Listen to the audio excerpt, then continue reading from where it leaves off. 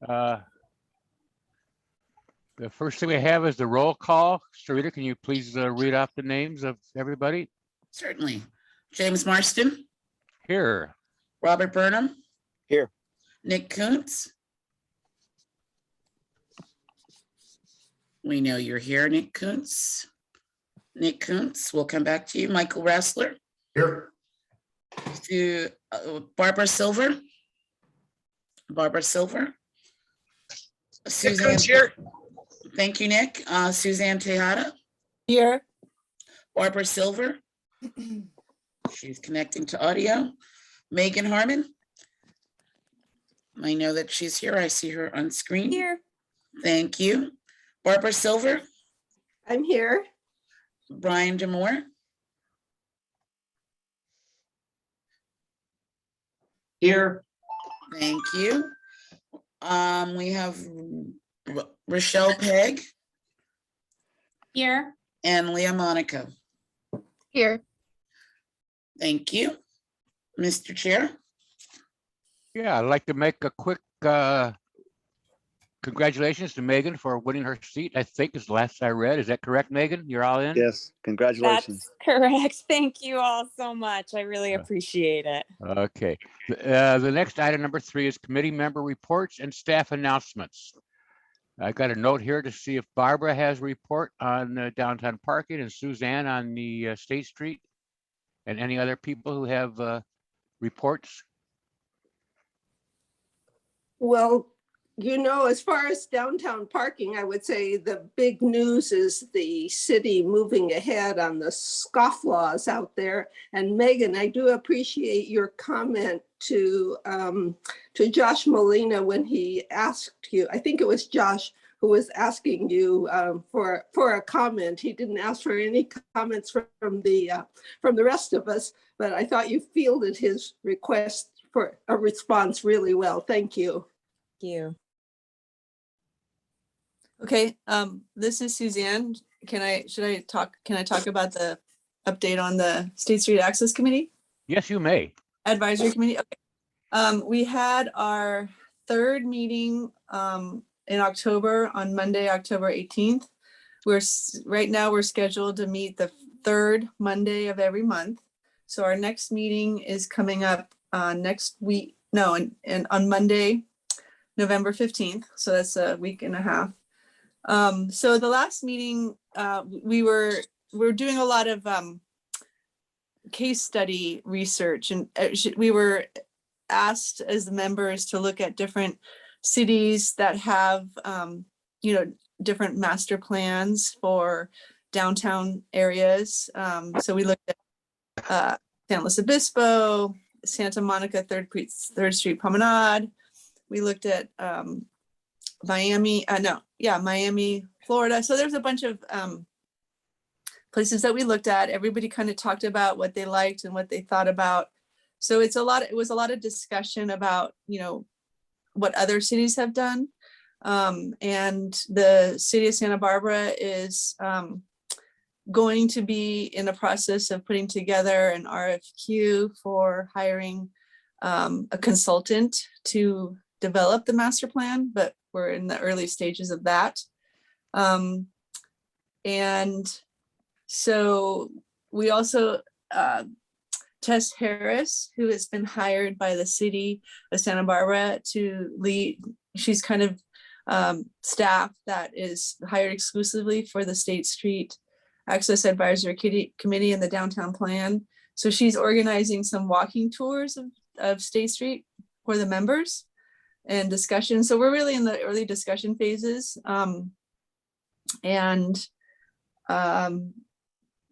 So there's a whole bunch of stuff online. You can look at the next agenda items.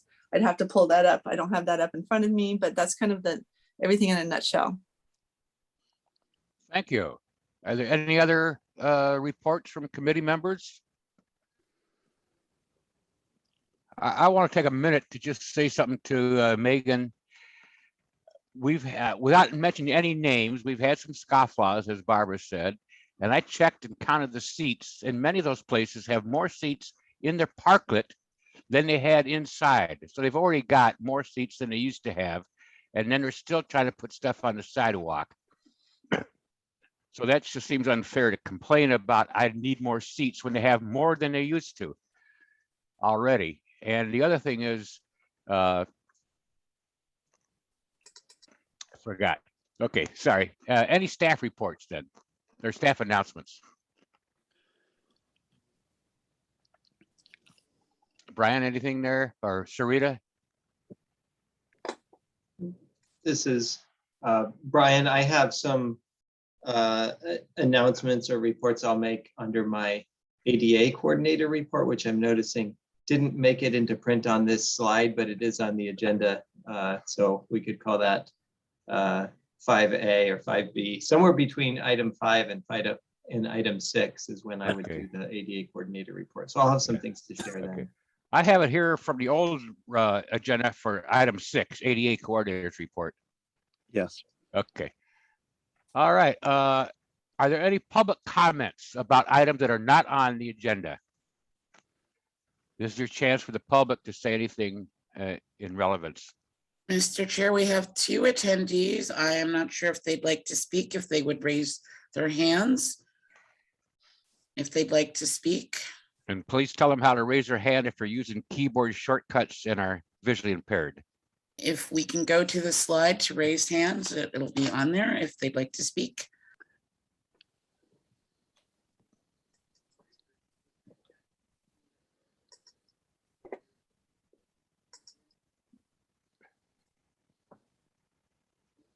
Rochelle, if you could go to the slide to raise hand, please.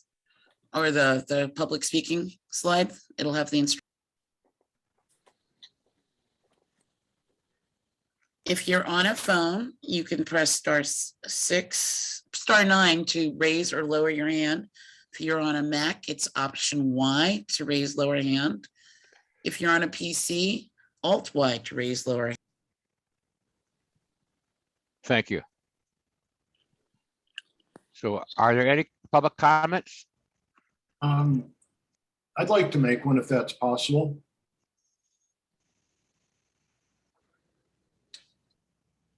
It's fine with me. Yeah, it's Michael Rassler. I just wanted to comment on an article this morning in the Ed Hat that I was very pleased to see that spoke about an unhoused Emmy Award-winning journalist with disabilities settled a federal lawsuit against the city of Santa Barbara and individual officers over civil rights and ADA violations. It was very interesting to read. I didn't know if anybody else had read it, but it's wonderful to see the response, unfortunately via a lawsuit apparently, but the following repercussions, I think the benefits to our IDD and other disabled community members is going to be very positive. I just wanted to bring note. If you haven't seen it, it's on Ed Hat. It's, you got to scroll down, but nice, good report out of Disability Rights California. It's on News Hawk too. It should get a lot of play. I think it's an important issue, and as I said, unfortunately through a lawsuit, but the actions apparently bore that out. But it looks like the follow-up restructuring and approach to that part of policing, the police work, is going to be handled very differently, and that's, I think, just a very good thing, and nice for Santa Barbara. At least for him, it was really Certainly. strange. It said he was going to be flagged so that if they approached him, they would get an indication that he was he was that person. But for Correct. others, I don't know. No, but I thought it also addressed, how they will approach and who will intervene when there's an altercation with somebody who presents as intellectually, developmentally, or physically handicapped. And there's training, specific training in terms of how to engage with that community. So yeah, I just thought overall, obviously it's a great benefit to him, wonderful. But I think it sets precedent and sets operational opportunity structures that I do believe we'll be seeing more and more of. Well, I would love it if our committee was invited to observe that training and see what actually is comprised of, or somehow informed, because now it's pretty vague in my mind. Yeah, I think that's a great idea, Barbara. I don't know if that's something Brian or Sarita can look into. Our representative of the committee, being able to participate in one of those or just sit in. That's a great idea, Barbara. That's it. Thank you. And this is Jim. I think that's a great idea, and I hope that maybe Sarita or Brian can look into it and see how we can get more information about the training. Thank you, Michael. Mr. Chair, Nancy Capone has raised her hand. Okay. Hi, Nancy. One moment, please. Ms. Capone, if you'd like to speak, we'll begin. Please unmute yourself. Thank you, Sarita. Thank you so much. Thank you all again for all of your good work and advocacy. I just want to mention that we continue to have the problem downtown in my neighborhood of the partial blockage of the handicap ramp on the corner and the sidewalk. And this is the corner still of West Figueroa and Bath Street. I just want to mention that it seems like our downtown neighborhoods, perhaps they apply different standards to accessibility downtown, and maybe they would care a little more if it was a fancier neighborhood. But, the fact remains we have heavy pedestrian traffic. I see wheelchairs going out into the street because they can't pass through. And it's been ongoing for, over a year now. So just to bring that up again, but thanks again for all of your work. And that's all I have. Thank you. Thank you, Nancy. Brian, I'll ask you, I know that Nancy brought this up about 6 months ago or something, and we were told that the owners were talked to and things were cleared up a little bit, but it sounds like they're not anymore. Brian, what kind of action can we do to make sure that this is passable, accessible? Who do we need to talk to? Well, yeah, we're pretty regularly. I go past that location probably a couple of times a week, and I see what's happening there, and it's just, the stuff that's out there is often creeping into the path of travel, and we're constantly reminding them of the need to, keep things clear of that path of travel, especially being right there on top of the ramp.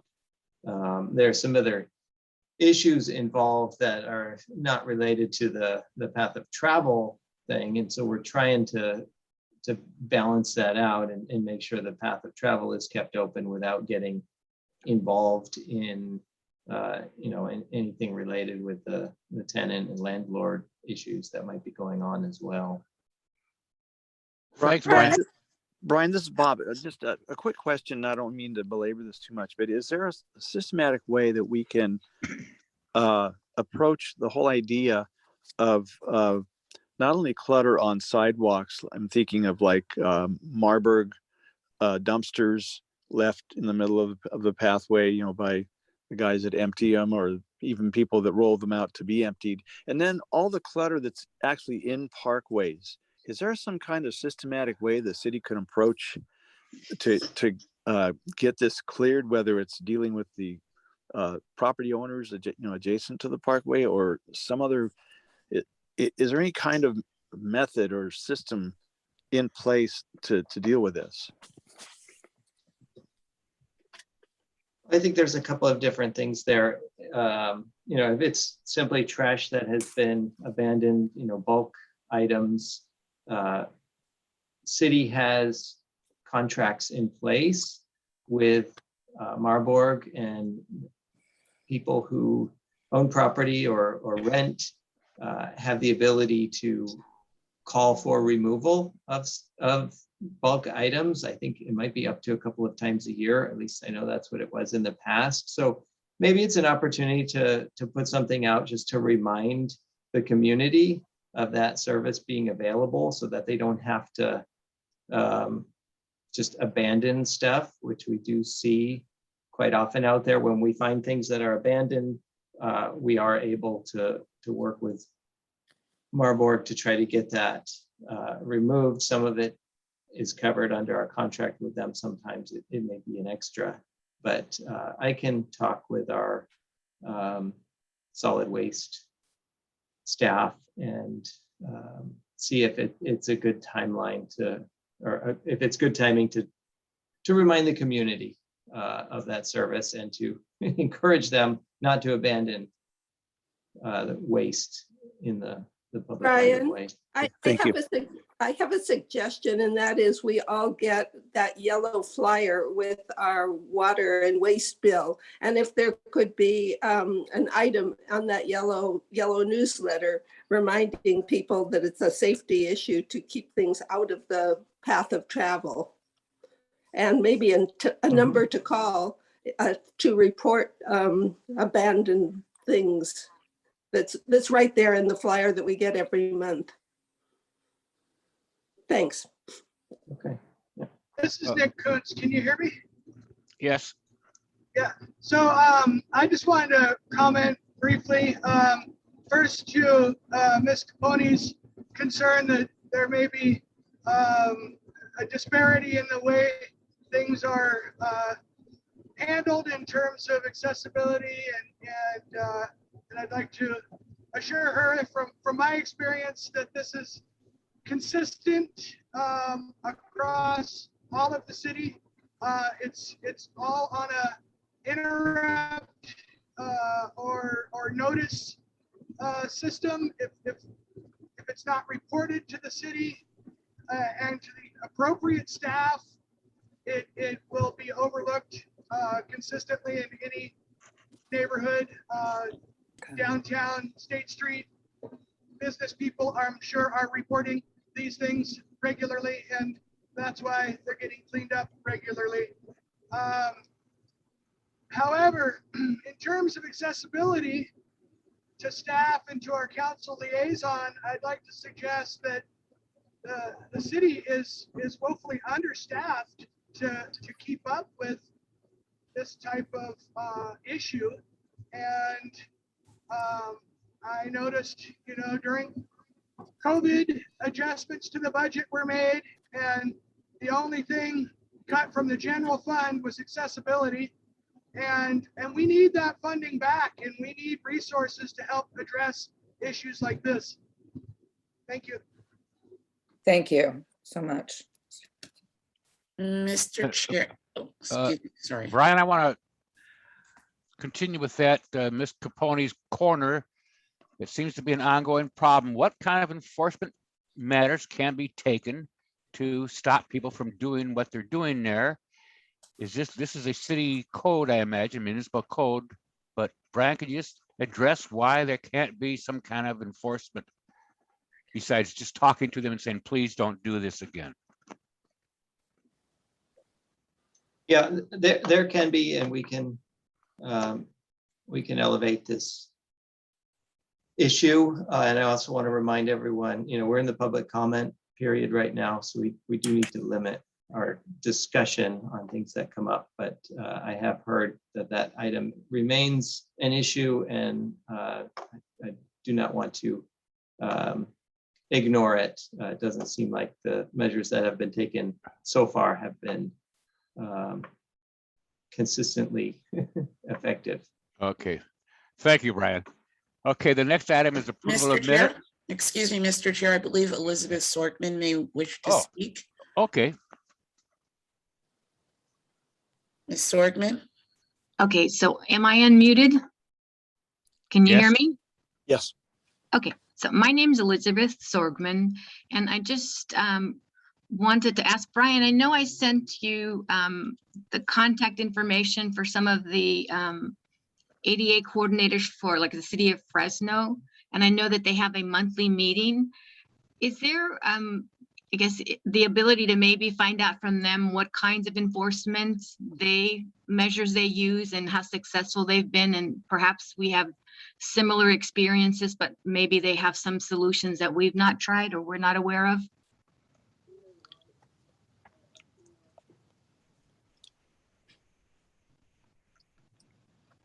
I'm So yeah, I've been attending those monthly meetings, and it has been a great resource. And I do ask them for questions and for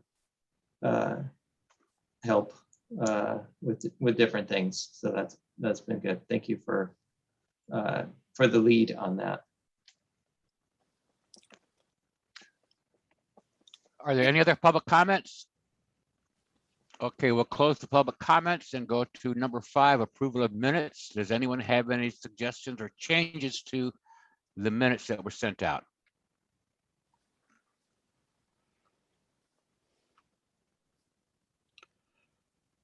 Okay, if there's no changes to the minutes, then Motion I'll, to approve. okay, do I have a second? I'll second that. Okay, then Sarita, can you do a roll call to approve the minutes, please? Yes, and I just want to confirm that was Mr. Burnham who made the motion. No, that was Michael Rassler. Thank you. All right, roll call for the motion to approve the minutes. James Marston, Yes, Robert Burnham. A quick question. Are these the minutes from August 13th? Yes, Okay, I need to abstain because I was absent from the meeting. thank So you. I'll abstain. Thank you. Nick Kuntz, Yes. Michael Rassler, Yes. Barbara Silver, Yes, and Suzanne Tejada. Suzanne Tejada, You have to unmute yourself, Susan, please.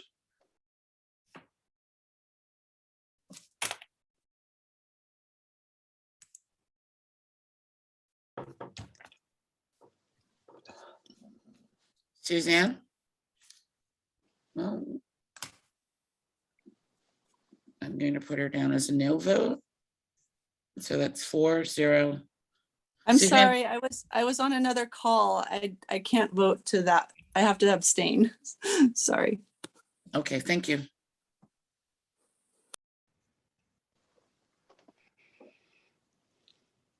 okay, Mr. so Chair? the minutes have been approved. Item 6, ADA coordinators report from Brian. Yes. Okay, good morning. Brian Demore, city engineer and city's ADA coordinator. So this is an item that typically just provides some brief updates on a number of different things. And I have a few items to update you all on this morning, and just go through those sort of one by one here. The first has to do with kind of like an organization chart for ADA compliance. This is something that we've heard from members of this committee, just trying to understand sort of the basic organization within the city of Santa Barbara staff for ADA compliance. And the way I would sort of describe it, and we can work to get this something posted online that'll hopefully make things more clear. But basically everything at the staff level falls under the city administrator, and the ADA coordinator position is directly responsible to the city administrator. So even though I'm in public works and I report to the public works director, when I'm in my ADA coordinator capacity, I'm really working under the city administrator. And beneath that are all of this, what are called city department accessibility contacts. So, or ADA liaisons, you may hear that referred to. So each department has somebody who's assigned the role of being an ADA liaison or a department accessibility contact. To find who those people are in different departments, if you're under the city's accessibility site, there's a link. It says request access assistance, and it'll pop up the names and contact information for individuals within each of those departments. And we recently, Sarita and I, well, Sarita, I'll give her the credit. She reached out to all of the other departments, and we recently refreshed that list. I have a little bit more I'll share in the next item on that regarding those accessibility contacts. But I would say if people have questions and they do reach out to somebody in another department, it would be good to copy me so I see what's going on. And again, if you're not sure, a lot of people don't know what department it falls under, I would encourage anyone with a question, an inquiry, a complaint, whatever it might be, that they could reach out to me directly. And I typically know which department that needs to fall under. And of course, as I mentioned earlier, if you do submit a request and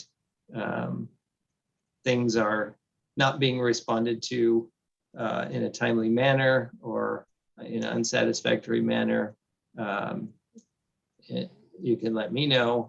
If I'm the problem, then you got to let the city administrator know. So that's kind of the structure of ADA compliance here. And I will admit that if somebody were to try to figure that out on their own, searching through our website, that would not be very clear. So that's something that we can work on to make more clear through an exhibit that's easily accessible on the website.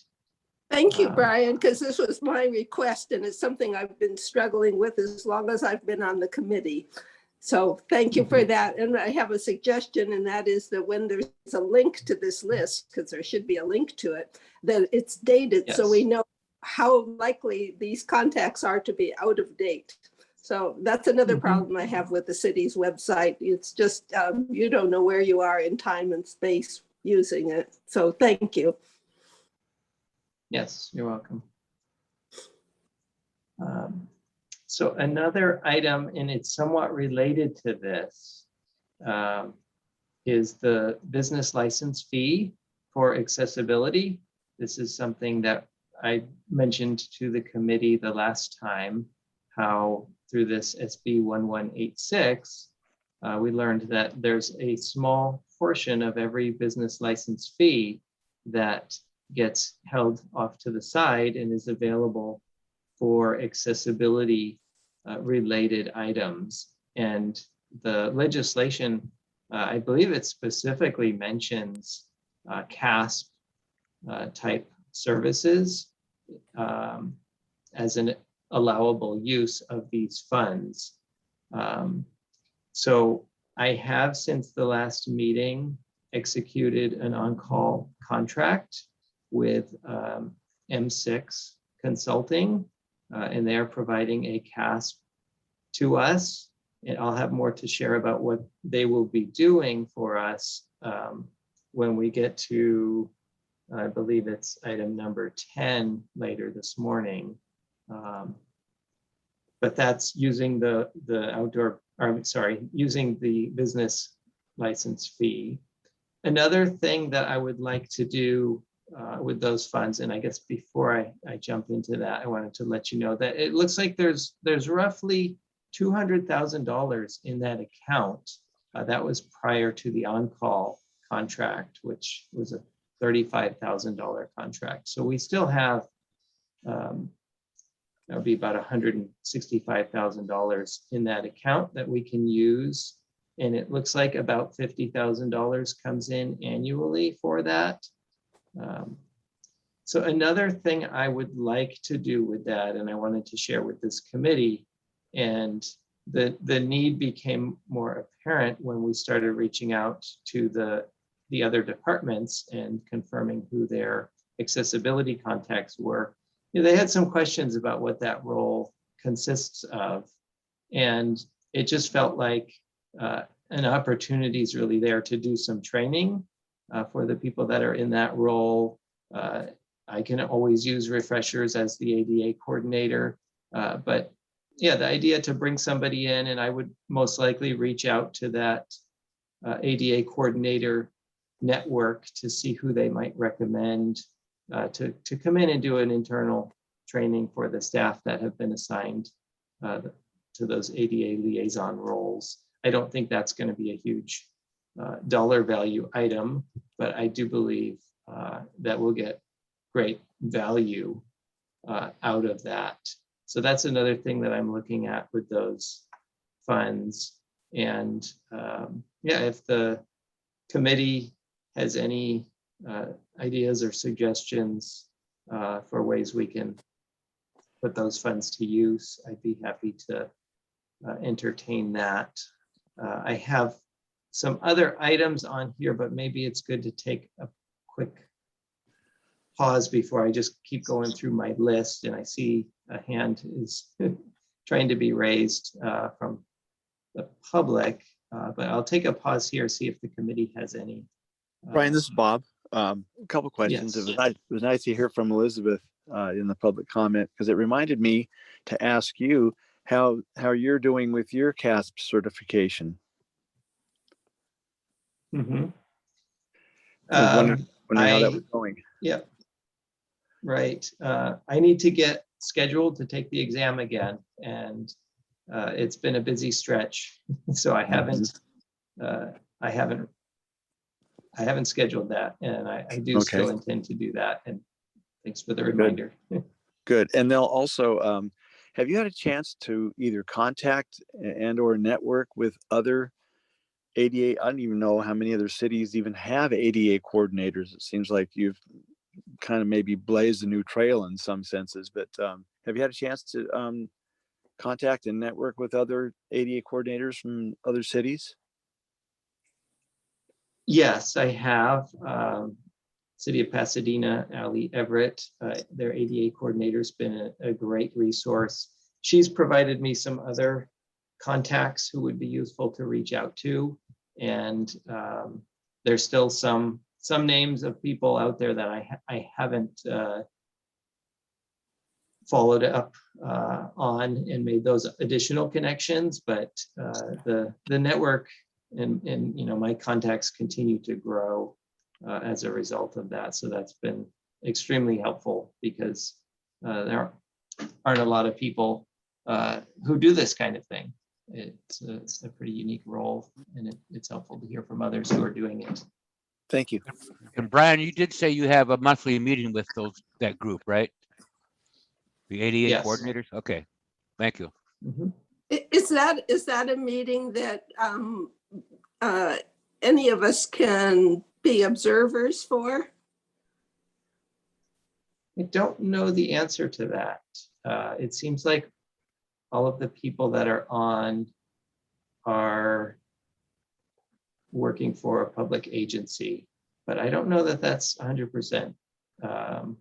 If that's true for 100% of the participants. Some people are on and they don't necessarily say a whole lot. So I can check in on Brown that. Act is so complicated as to what the public is entitled to know and what they're not entitled to know.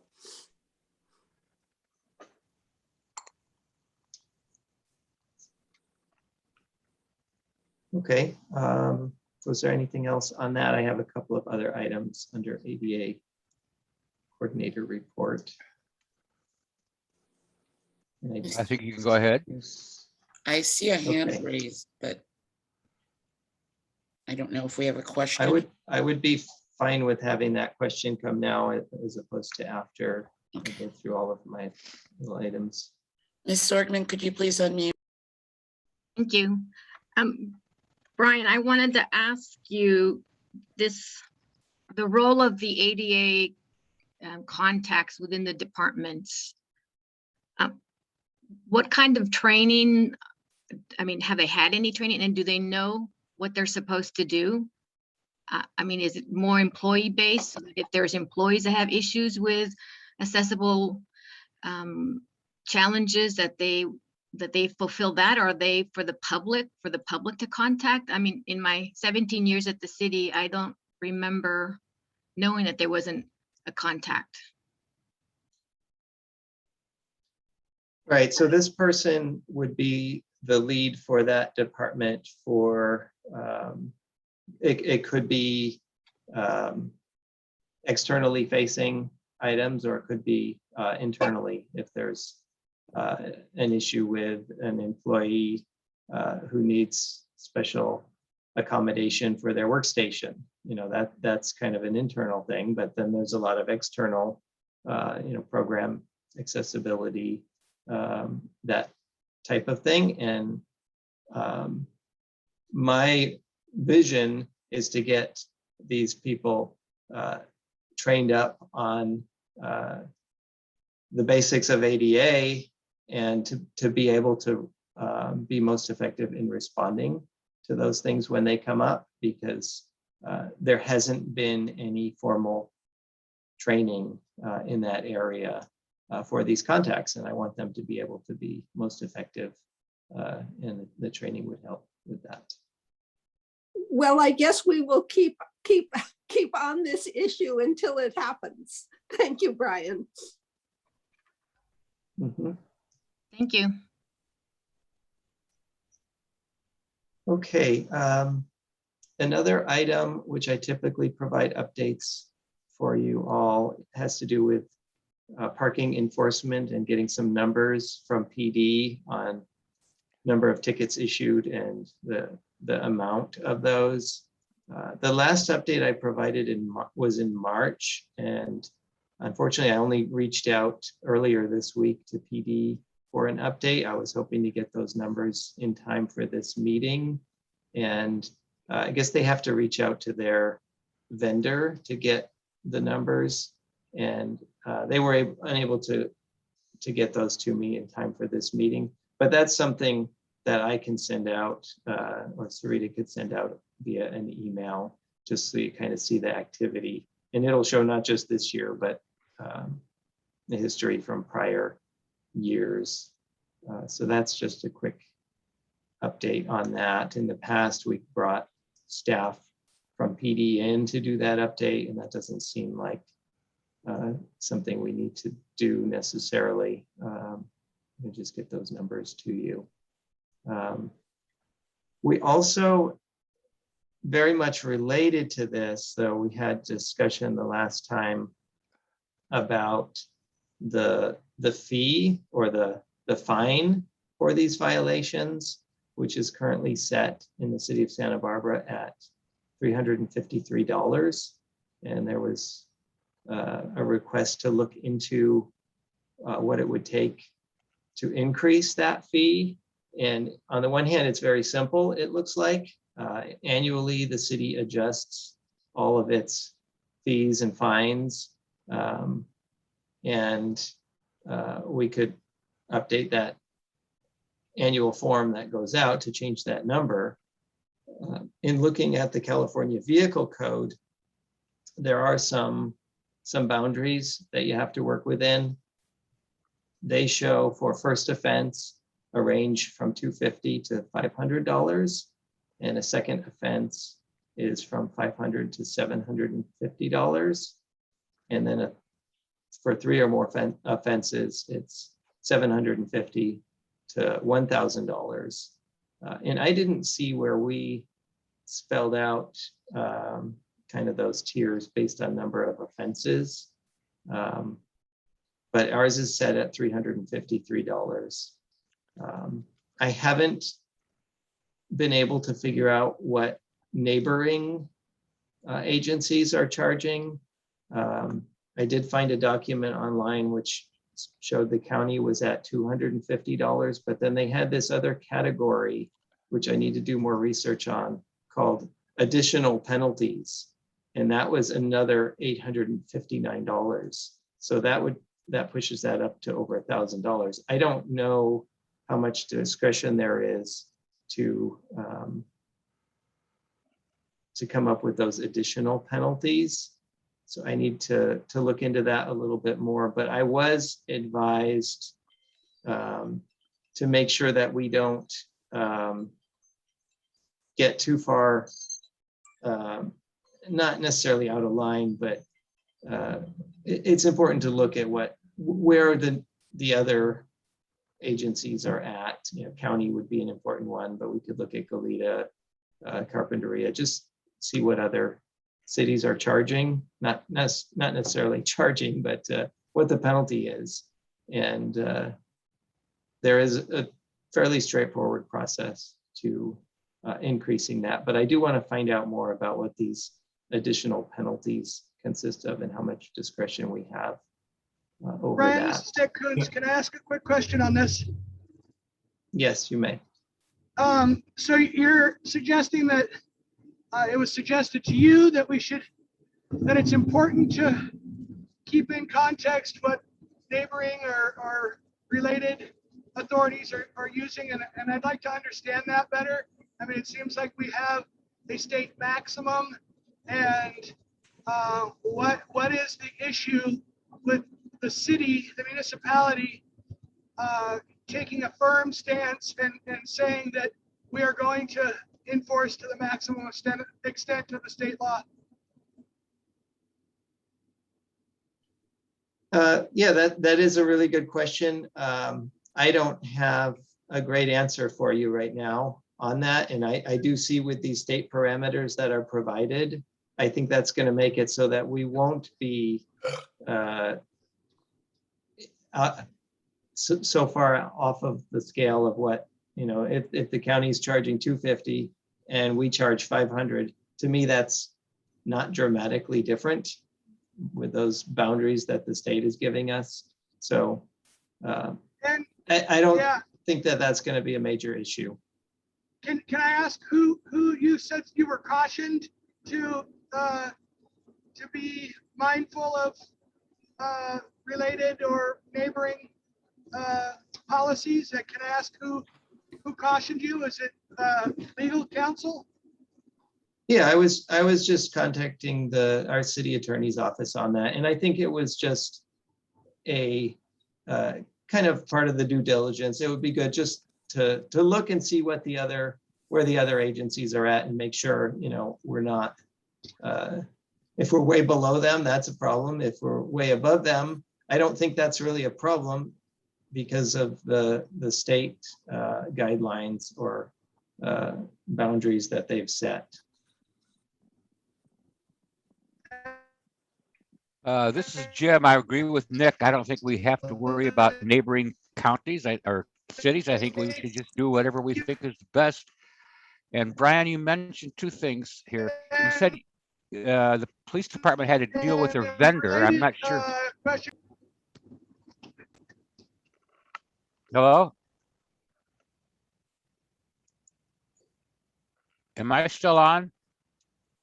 Yes, you are. I think Nick Okay. was attempting to continue, but Okay, Nick, was go ahead. having trouble coming through. Oh, okay. I just don't know who the vendor is that they have to go to. And the other thing is that, Brian, we've discussed, you were going to look into maybe having some kind of public app that you could, the public could actually take pictures of people who are not following the law, and it would go to the department. And I know you and I talked about that. Have you gotten any new news on that, or have you talked to the police department about using that public app system? Right. So this is a company that partners with agencies like ours who are interested in contracting with them, and they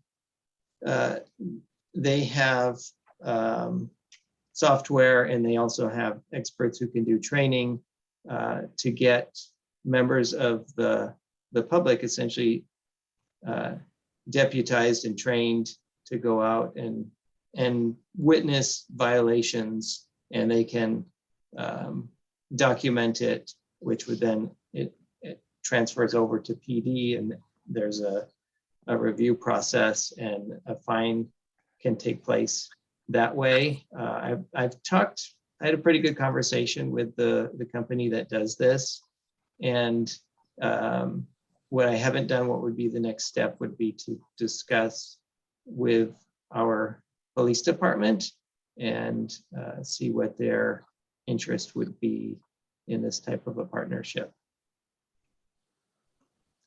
Thank you. Well, our interest would be quite a lot because the current situation is if a handicap parking place has been illegally filled and we wish to report it to the police because we need that parking place filled, then we can be put on hold and nothing happens. And that's so frustrating. I would just comment that that kind of a program is a really slippery slope. I understand the need for it with regard to the handicap parking spaces. And I did have a question earlier. Basically, I think $353 is a pretty strong deterrent to taking one of those spots. Is there really a reason to go higher? Do we collectively think that it should be more, or just, as somebody said, whatever the state maximum is, which I'd be in favor of. But on this, I just think it's a really slippery slope in terms of what then gets reported and who's doing the police work and what are neighbors going to be doing to neighbors. Whether it's planting the wrong kind of tree, obscuring somebody's view, all of which are against code. But if we think things are moving slowly now, there's the potential of grinding everything to a halt, with as many reports as would be coming in for whatever kind of issues, people have or are seeing or think they're seeing. So if I may, Mr. Rassler, I believe it was me who brought up the suggestion that we look into increasing the penalties, because I don't think it's a big enough deterrent, because I see it happening. I see it happening every day. And I think a bigger problem is getting enforcement. I think, we do get periodic updates from PD about their enforcement efforts, but, the numbers seem to stay about the same, but the number of offenders also seems to stay about the same. And, we currently don't have a system that works. And my hope is that increased fees would lead to increased funding or increased enforcement. Gotcha. No, and that makes sense. My question would be if the numbers are staying about the same. I cannot imagine, at $353 for me and my family being a repeat offender. I wonder if there's any information on repeat offenders and how many of these are first time, and we just recognize that every year they're going to be X number of scofflaws, X number of people just doing dumb, stupid, bad, selfish things. And maybe a lot of them are visitors and we never see them again. I don't know, but I'd be curious how many are repeat offenders if they have those kind of statistics, because that would be very telling about whether the price tag, for that offense is the correct price tag from the offender's perspective, as opposed to from a financial perspective from the city, which I absolutely understand, which is why I would do whatever the maximum the state allows, and it's got to be good enough. But I understand what you're saying, Nick. Thank you.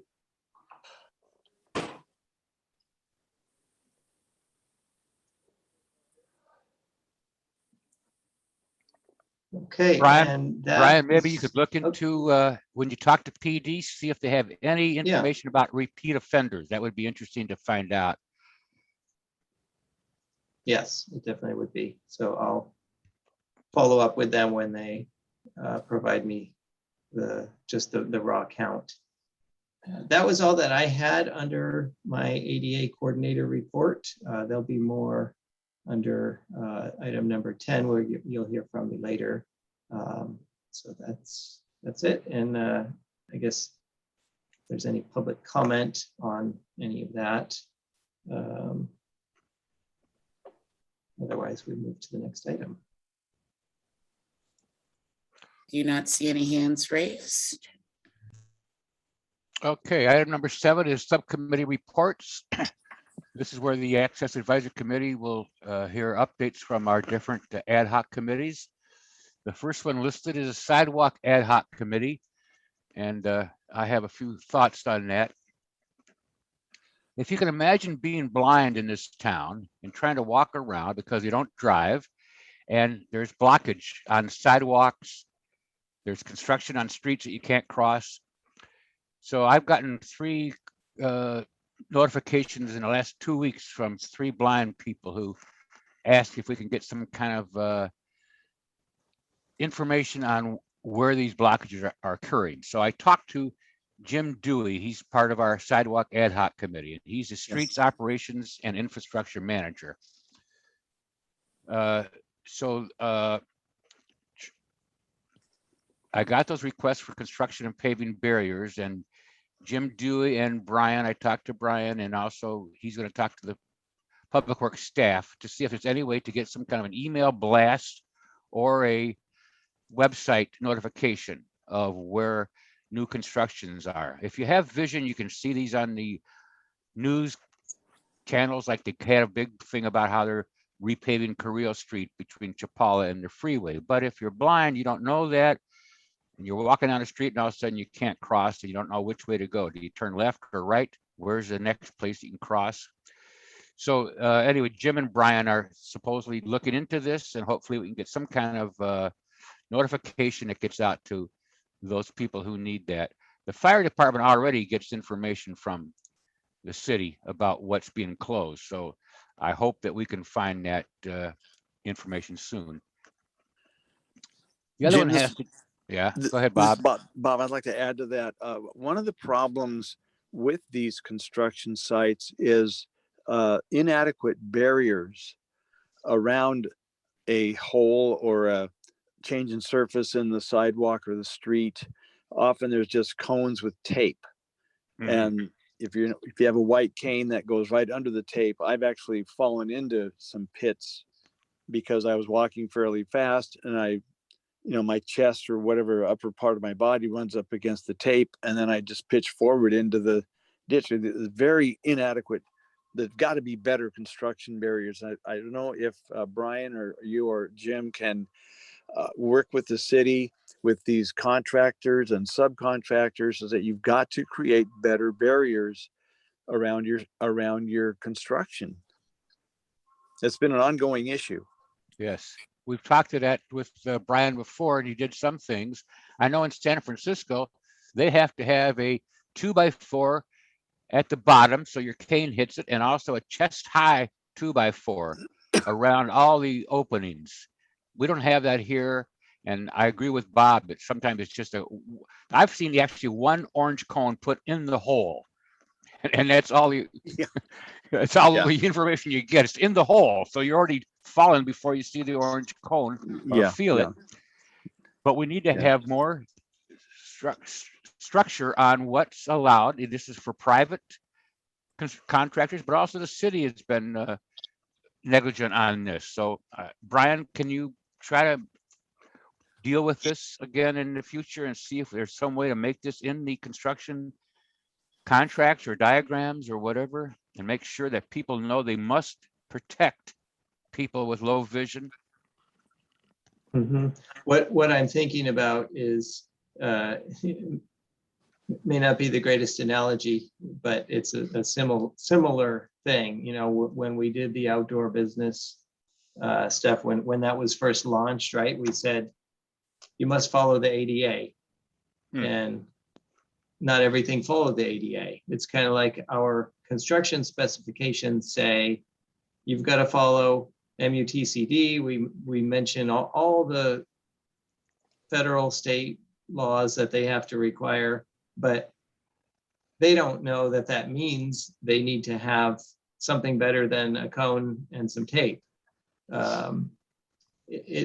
So, with our outdoor dining stuff, then we ended up, really over several iterations coming up with guidelines with exhibits and pictures of what is appropriate. It seems like to make it more clear what we need would require a little bit more of a robust section in our specifications. And this is the kind of thing where a picture is probably going to help a lot for those contractors if we can show them, we can describe it in words and we can show them the picture of this is the kind of sidewalk closed barricade that is necessary. Because I think, I don't know if they're not aware, or I know in construction, things change rapidly and they're often moving quickly. And of course, they're always trying to, it's a low bid environment, so they're trying to keep their costs low. But if it's clear from day one, when they go to bid on that project, what the expectation is, then it's much easier to get compliance when you're trying to get them to do the right thing. Brian, could you ask the ADA group how other cities handle this problem?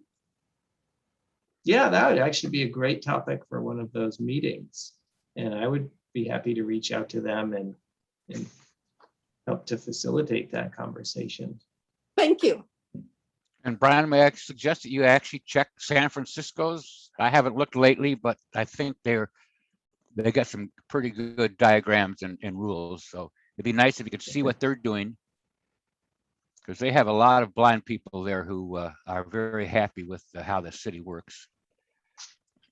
Okay, the other item for the Sidewalk Committee, Nick designed a very great website that showed all sorts of problems in the parkway. These could be at blue curbs where you get out of the car and there's a sign in the way or a mailbox, and oftentimes it's just muddy dirt and not a good path of travel.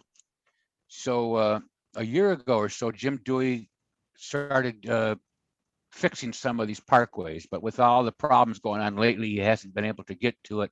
But he did say they have the material now on site, and he's going to be having a meeting soon about starting more construction on those parkways that Nick identified. So hopefully we're going to see some more of those parkway infill projects being taken care of. I know they did 8 or 10 of them last year, which was very helpful. They have a nice material that's kind of a semi-permeable asphalt, plastic, rubberized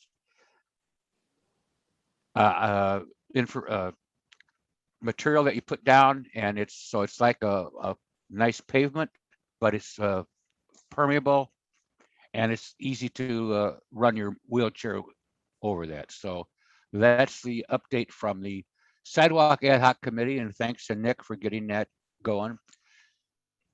The next item is Blue Curb Parking Ad Hoc Committee, and that's Nick and Suzanne. Is there any news on that? This is Suzanne.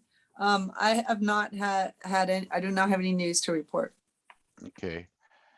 Brian, I think you were going to mention that in your staff report, but have you talked to the city at all in the last couple of months about getting those State Street sites changed to Blue Curb? I have, and unfortunately, nothing has changed out in the field at this point. At the last Access Advisory Committee meeting, I brought up the conflict, between the commercial loading and unloading and the desire for access to the rear of the vehicle, so that those ADA spots would get people immediately to the ramp without necessarily having to be adjacent to the path of travel.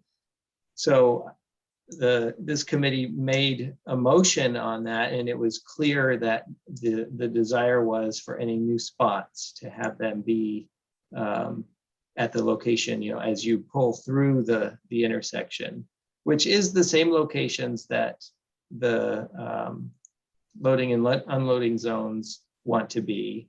It doesn't mean that we can't have both, because those blue zones won't be continuously occupied. In some ways, it would be nice if they were, because that would mean they're getting used. But a lot of that loading happens in the early morning hours when there's not as much demand for parking on State Street. So we're trying to figure out the best places to site those. And one of the locations that we're looking at most closely is not a commercial loading and unloading zone, but it's adjacent to the museum where there's a heavily used bus stop. And so right now, Derek Bailey, our traffic engineer, he was going to reach out to MTD to see how that might impact their ability to get to that bus stop if we put a blue, an accessible parking space there. It would be on, what is that, Anapamu Street, on kind of the southeast corner, right adjacent to the Museum of Art. So that's the location that could potentially be the first of these 0-100 block side streets for State Street. But we do need to coordinate that with MTD. Other than that location, it would be places where currently it's marked for commercial loading and unloading. And so we need to just look and figure out what would be the next location on the list that would be most feasible. Brian, this is Nick Kuntz. Can I Go ask a ahead. question on this? Yes. Is it possible, maybe we need to ask council on this, but I know there are certain zones that are marked loading between certain hours and, where it's 90 minutes between certain hours or something like that. Can we co-opt space that is acceptable for commercial loading between certain hours, and the rest of the time it's accessible parking? I know you don't have an answer for that, or may not have an answer for that right now, but can you look into that? And secondarily, it strikes me, it's very difficult for me to hear that there's still no progress since our last quarterly meeting. When these spaces opened up, the city moved to accommodate commercial loading within weeks, not months. So I think it's very fair to say that the city's position is to continue to prioritize commercial loading over accessibility.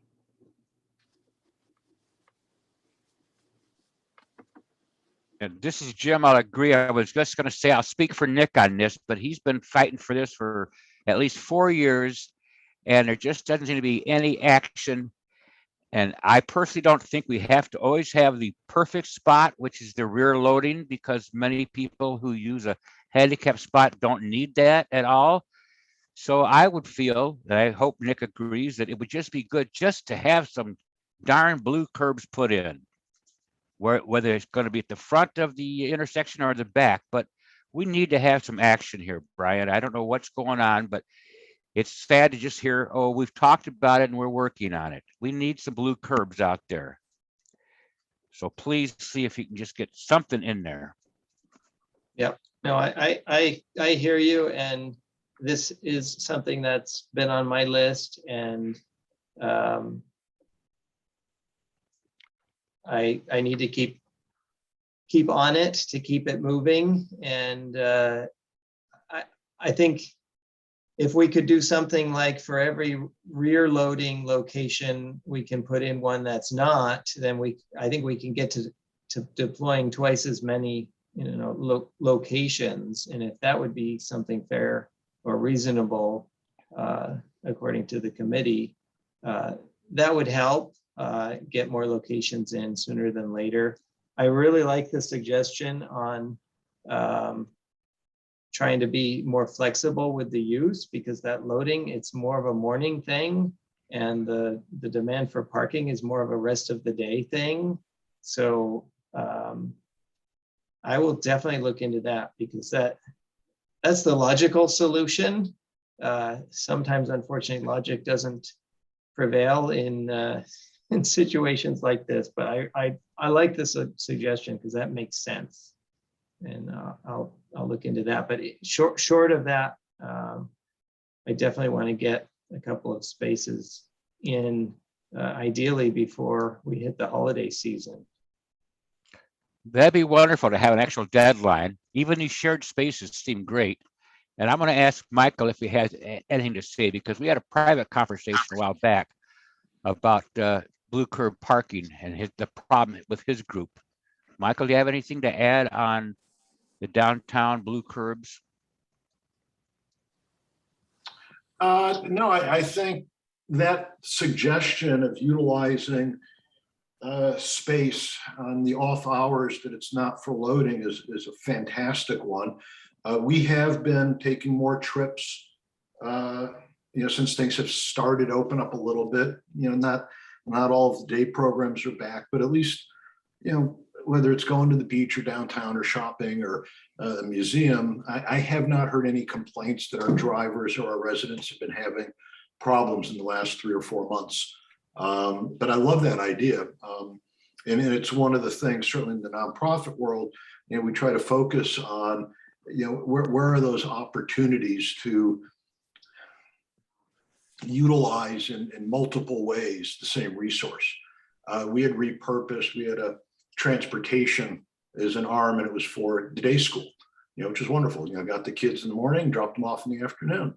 During the day, we ended up repurposing that for senior transportation. The vans were just sitting idle, but the capital expense is already there. It's the same thing here. The spaces are already there. We could use a designated purpose for them when they're not for specifically loading and unloading. I don't really have anything else to add. I just would like to see this move forward, have greater opportunity for people that need those spaces to have them. In summary, I hope we can get a deadline here for like December 1st or something, Brian, if you can just get some spots there. And I don't think any of us think that they all have to be rear loading. Nick, do you agree?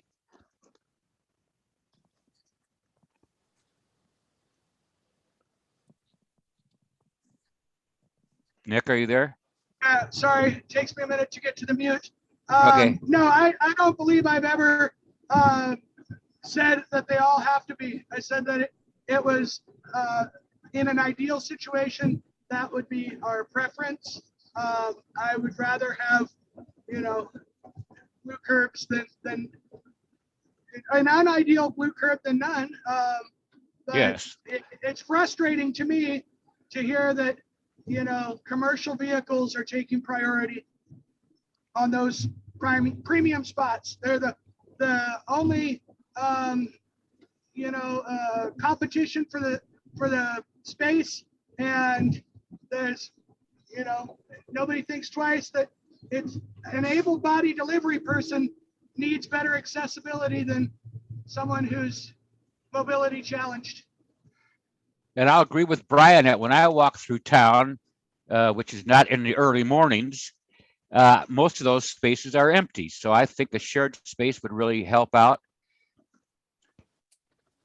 Okay, the next item is the annual report and Access Advisory Committee Resolution Ad Hoc Committee, and that's Barbara, Nick, and Bob Burnham. I just have 2 questions I hope you can answer.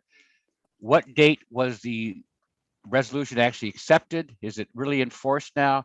This has a longer terms for the members and less restrictions on the geographic area. So any of you 3 want to talk about the Access Advisory Committee resolution? This is Bob. I just had a quick question. I wanted to know the date, and also what's the Brian, what's the new number? Because I had written down 20XX. Now it probably should be, 2021 or something. Whatever. I know the old one was 08095, so I'm sure there's a number that's assigned to it.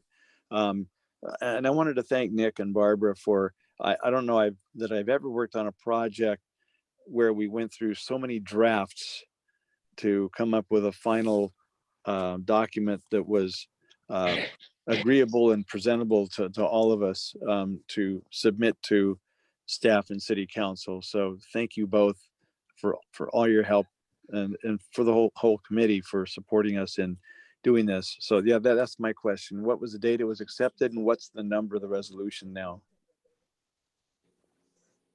Well, Bob, I've been asking Sarita for this, and apparently the bottleneck is in the city clerk's office. So Sarita probably knows more. Okay, That went to council on September 17th. The number I can send out to the group, I know it's 21 dash something, and I'm just waiting for their certified copy. And it will be Okay, so- posted on the yeah. city's website, and I'll send it all to the committee members once it's been certified. so it is 21 something. Yeah, good. Thanks. Thanks, Rita. Just September make sure. 17th. Has it been approved? Is it now in force?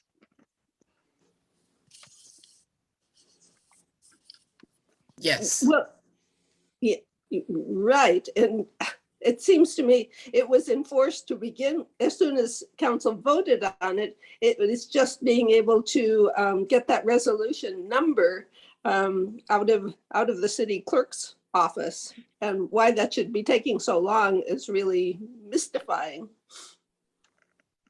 I guess my real question was for these new people who are interviewing now, are they going to be under the new resolution with the longer terms and the different geographic area, or has it been updated at all?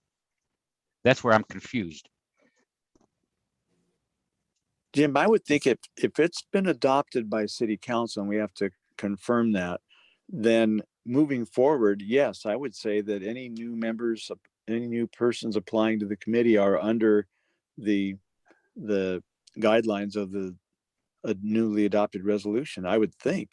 Right, but I was just worried that people, Yeah. since city clerk's been having a lot of problems, do they realize that the geographic has been changed? I know it was in the instructions, so. Yeah, Anyway. my concern is that even if we are acknowledging those guidelines or the resolution qualifying criteria, that applicants don't know it, and maybe even staff who are screening applicants don't realize it, and we might have some contention down the road, but I don't see much of a way around it. It's a timing issue. Well, if I remember right, it was in the new application instructions, the new geographic areas. So I hope that the city council is aware of that, and city clerk has made sure that it's updated its requirements. Well, And not Jim, yet. also, I think under number 8, we had a whole section that says any new people appointed to the committee are given a thorough briefing of the committee's structure and design and goals and all that stuff. That would include all the points of the resolution, I would think.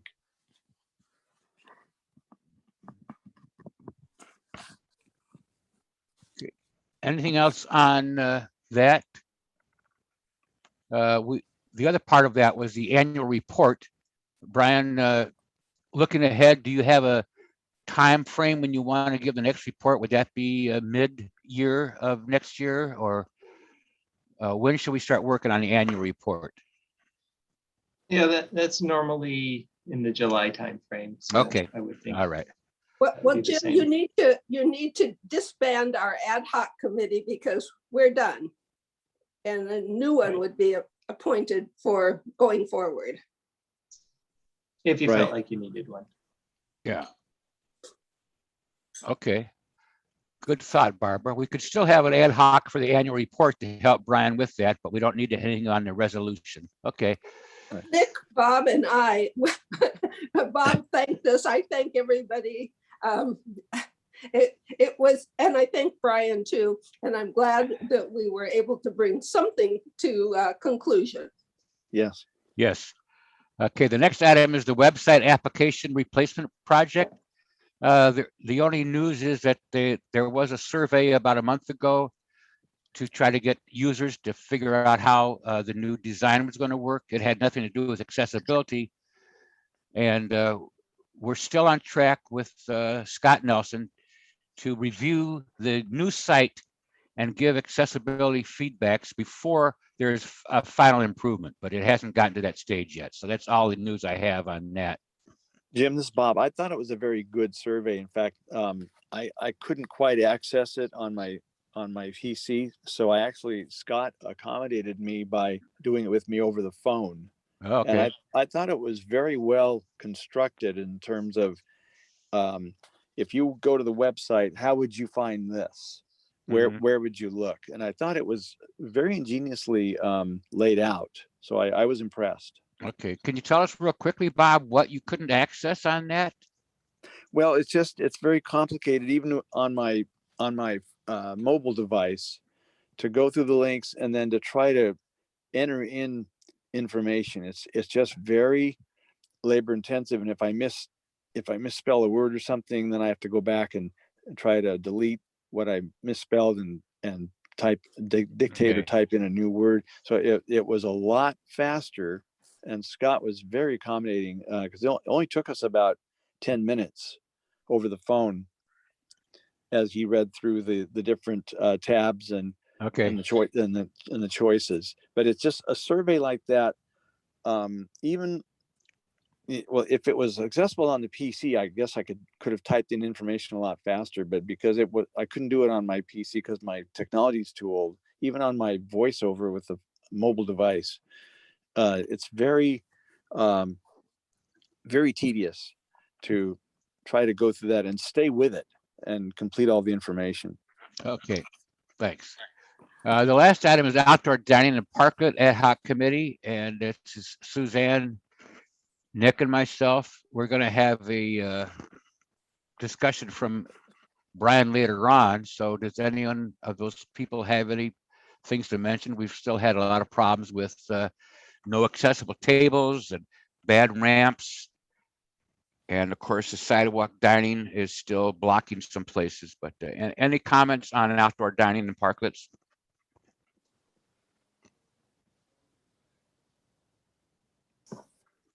Well, if not, we'll take a break. And what time is it now? It is 10:48, Mr. Chair. Can we take a 2-minute break?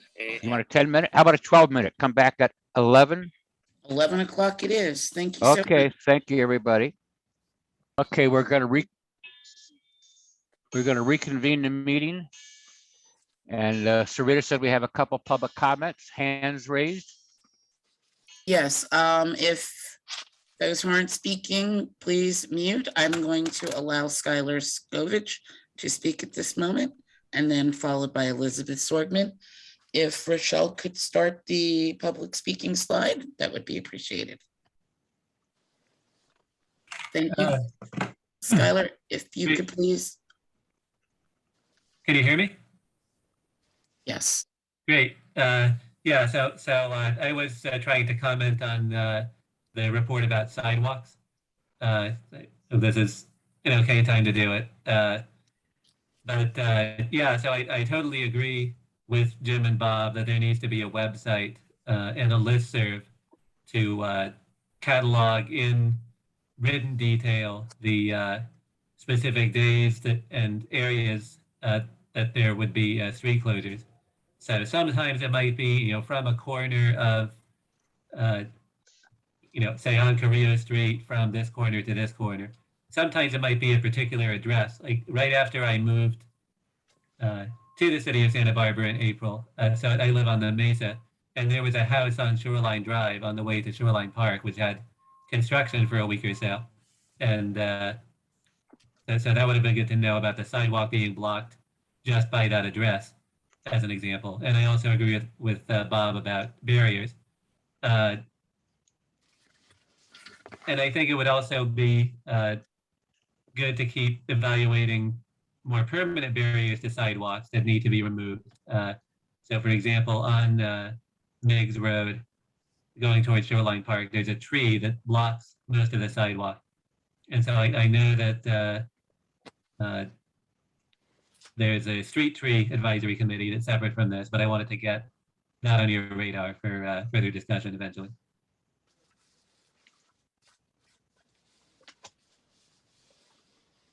Thank you, Skylar. Anything else? That's it for me. Thank Hi, you. this is Elizabeth Sorgman. Sarita, I'm so sorry. I don't know when, I guess, my hand is up and when it's down, so I apologize for that. And I did email Mr. Marston to let him know that I had put my hand up, but couldn't, but wasn't recognized. So I wasn't sure if I was doing it correctly or not. So my apologies for all of that. I just wanted to ask Brian, or maybe just let him know that Shannon Mulhall, who's the ADA coordinator for the city of Fresno, is also teaches classes in sign language, but is an expert on web design and all you can do to try to make services online as accessible as possible. So she is a really wonderful resource. I'm on the board of Cassie with her, and she's just incredibly giving with her time. And I know she's on the that group that meets every month. So I will ask her if it's possible to have members of the public participate in those meetings, because I think it's more effective when you get members who have disabilities to share what some of their experiences are and maybe hear how these groups come together to try to address statewide issues that are present in probably in common in lots of cities. Thank you.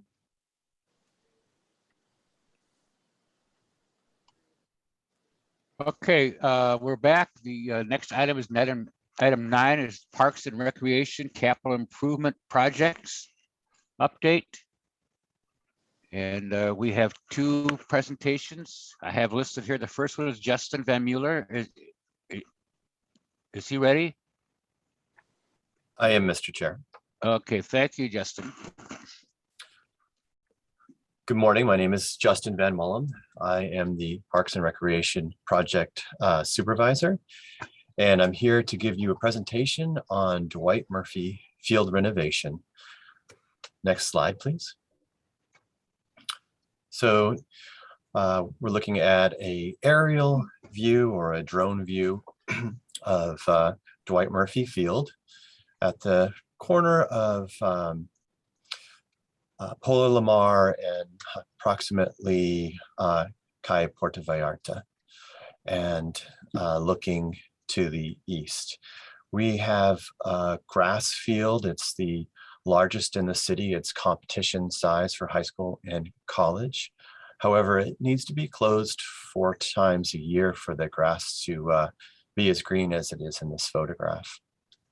We also have on site a baseball diamond that is also natural turf, and a fairly large restroom and changing facility that was built in 1969. However, it is in the flood way, not the floodplain, but the floodway, which is actually cannot be constructed in that today. And then at the very corner of Por Lamar and Ninos Drive, which is the other road that kind of borders this 9.5 acre park, is a exercise outdoor fitness area that is not accessible, and it essentially is in decomposed granite, and you walk through the grass fields to get to it. So most of the improvements, the fitness center was moved here in 1991. We also have the bathroom was built in 1969. We have a playground that was constructed in 2007. And of course, there's parking lots that surround the park as well. Next slide, please. So we started this project in 2016, and through community meetings and design review, we've been able to communicate with over 850 members of the city. We've had 2 community workshops that really helped drive the design of this project, and 2 on-site community meetings that allowed people to see what some of the concepts were that and make changes within those concepts. We also had a pretty in-depth online survey and 6 public meetings, not including this one.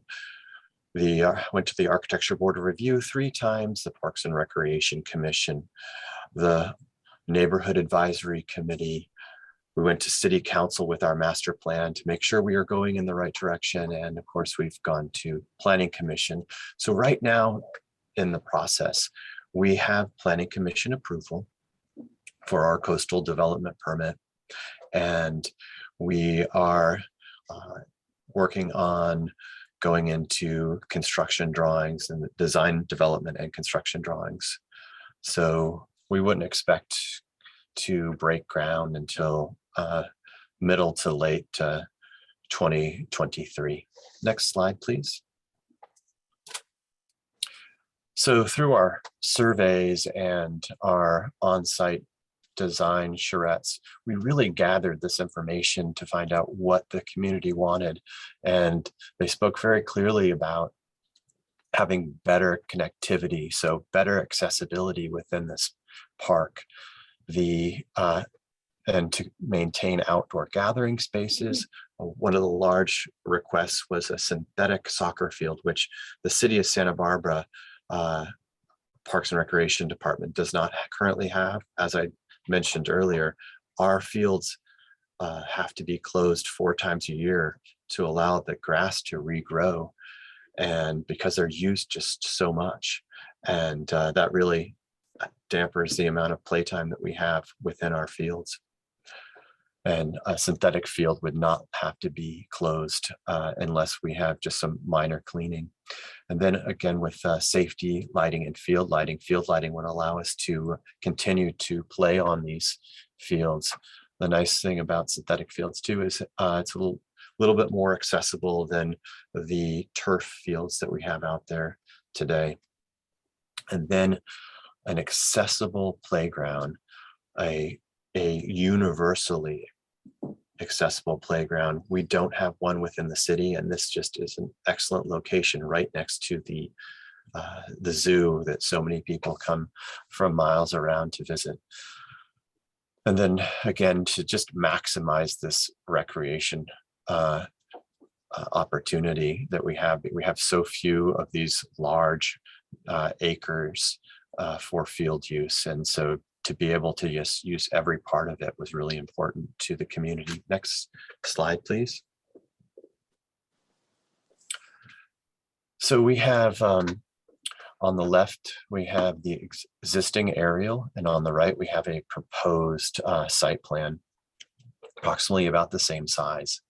And if I were just kind of walk you through the existing park, I'll start right at the zoo entrance. So if you went down Niños Drive to the zoo entrance, past the existing bus stop, you kind of get into where the playground is, and there's a few accessible parking spaces within that area.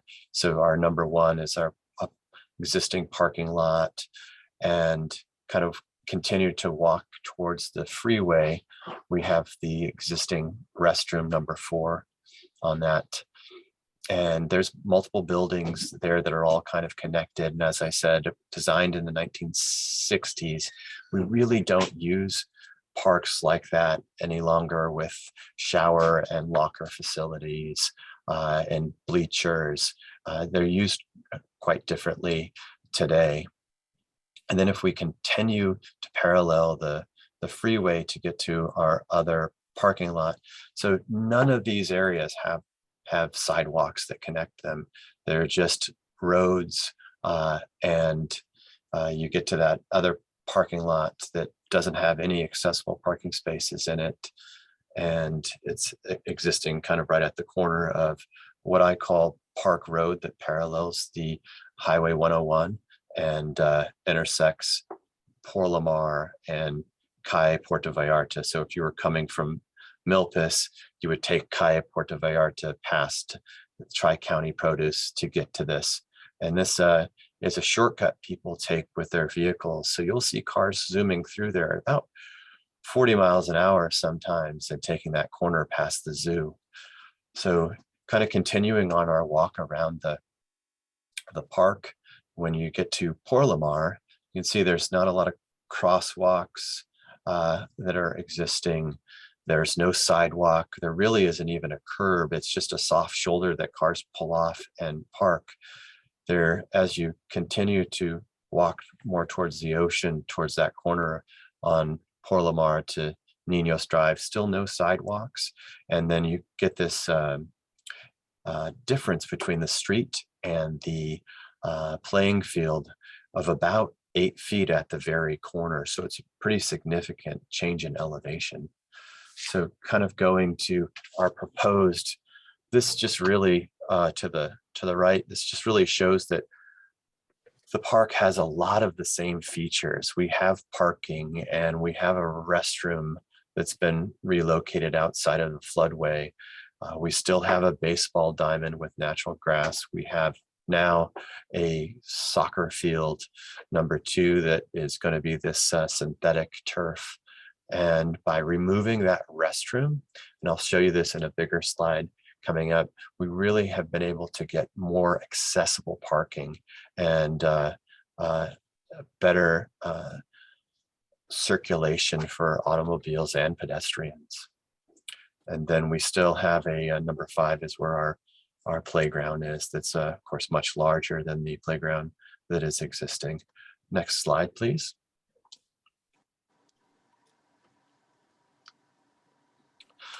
So this is a great slide to really show you all the accessible improvements that we've made, kind of keeping on that same idea of starting at the corner of Ninos and Port Lamar. We have some crosswalks that now are, there's less of a distance to walk across the street to get to more of a bulb out for the parking. We've changed parking along Ninos Drive. So it used to be parallel on both sides, and now it's going to be head in towards the park. And that gives us quite a few more parking spaces. We've added a 10-foot wide sidewalk along there. And then as you continue to go towards the zoo entrance, you see that there's 4 accessible parking spaces that are in the right of way. And those aren't, they don't have a blue curb because the sidewalk area is at the same level as the asphalt. So you'll be able to just roll onto the sidewalk or walk on, and you'll be right onto that sidewalk. And then we have another crosswalk right at the zoo entrance and right where the bus would drop you off. And continuing, these are all new sidewalks, continuing to our new parking lot where the restroom used to be. The difference, we now have in this lot 11 accessible parking spaces, some van, some regular, all right there in the very front. And a requirement for this lot is 2 accessible parking spaces. So we've really gone above and beyond. And then a lot of that has to do with the fully accessible, universally accessible playground that we have right there at the corner of Ninos and Port Lamar. And we want to have plenty of parking spaces that can accommodate the users of this new playground. We will have a bus drop-off that'll be right there past the 11 accessible parking spaces. This is for a full-size school bus, and it will be fully accessible drop-off area. And then continuing along the soccer field, we've got a 10-foot wide accessible sidewalk that parallels the new soccer field, and 10-foot that goes along, that circulates in front of that field, because that's the main area. And then if you look at the kind of around the perimeter of the soccer field, those are 8-foot wide pathways. So whenever we have something like the restroom where things right there at the closer to the baseball diamond at the bottom of Port Lamar, where we have something that intersects where will be a lot of people, we widen the sidewalks to 10 feet. So kind of continuing back where the bus stop, I'm sorry, the bus drop off is within the park. That if you go down Park Road, you get to the other parking lot. It's a triangular parking lot really at the corner of Port Lamar and kind of up against the freeway. It's a fairly large parking lot. It's existing. And the major changes that we'll make to that parking lot is going to be, let's see, 6 new accessible parking spaces. The requirement is 3. And of course, we'll have some accessible EV parking spaces as well. And then kind of continuing along Port Lamar, you can see that there is a crosswalk right there. And this is kind of an interesting location.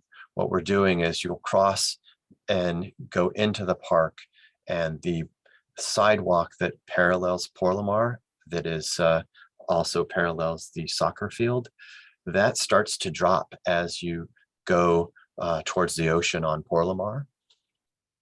And that follows the natural terrain. As I said earlier, there's about an 8-foot drop in elevation. And so we'll have right there where it says Del Mar, that crosswalk, we'll have a ramp. The ramp will be 5 feet wide, and it will continue down paralleling Port Lamar. So that gives us the ability to have a sidewalk that's fully accessible, that goes all the way around the park. So it drops down into the park and goes along all the sides of the soccer field, and then continues when it gets back to Ninos Drive, and then at the corner of Ninos and Port Lamar, it's fully connecting. So if you wanted to take your stroller or a wheelchair around that whole perimeter, it would be fully accessible now, as opposed to what it is today, which there are 0 sidewalks and no way to make that elevation drop from the street side of Port Lamar to the park elevation. Next slide, please.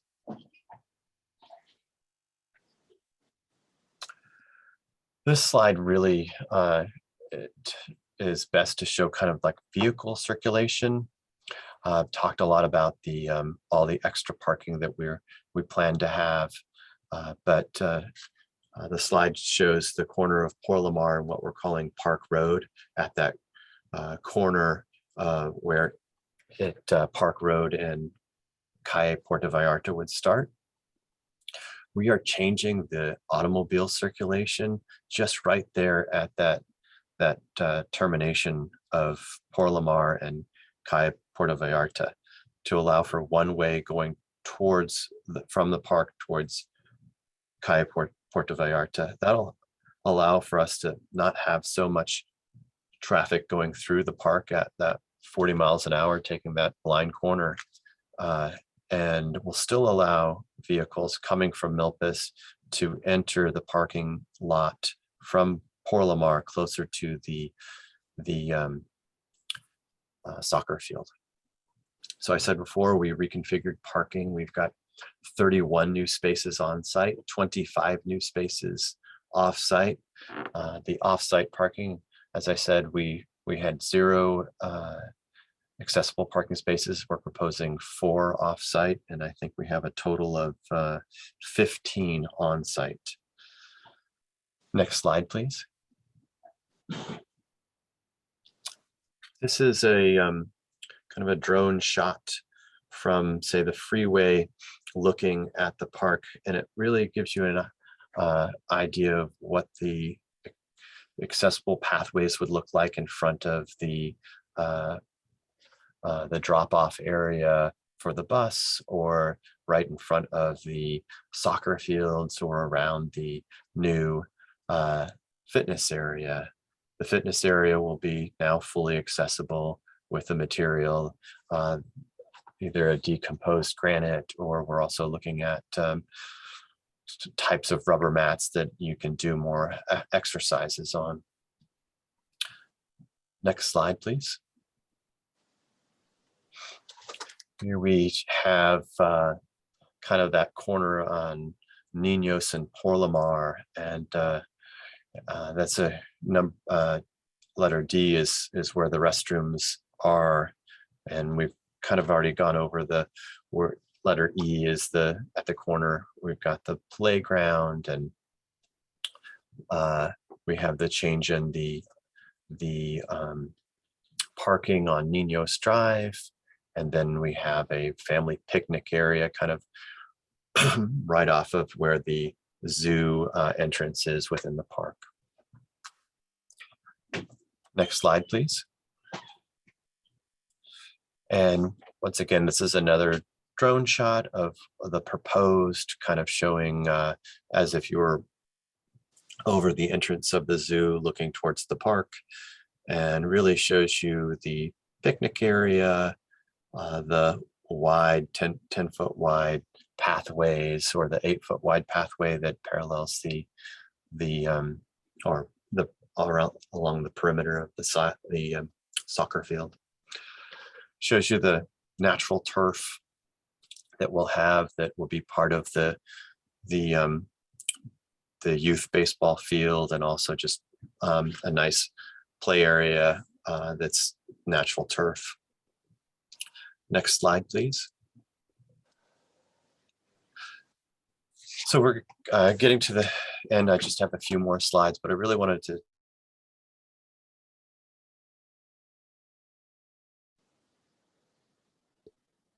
talk to the partnership in 2016 with the Gwendolyn Strong Foundation. And the partnership is it's a wonderful partnership. So Gwendolyn Strong, she had she was confined to a wheelchair, and she used oxygen to breathe. She visited lots of different parks within Santa Barbara, and really touched the hearts of everybody that she interacted with. But as you can imagine, there's not a lot of fully accessible parks in Santa Barbara. So the Gwendolyn Strong Foundation has partnered with the Parks and Recreation Department to create the first universally accessible park. It'll have whimsical play spaces and unique zones that will foster cognitive and physical development. It'll have a music garden, a swing zone, a spinner zone, sensory garden, and a multi-level magical treehouse. Next slide.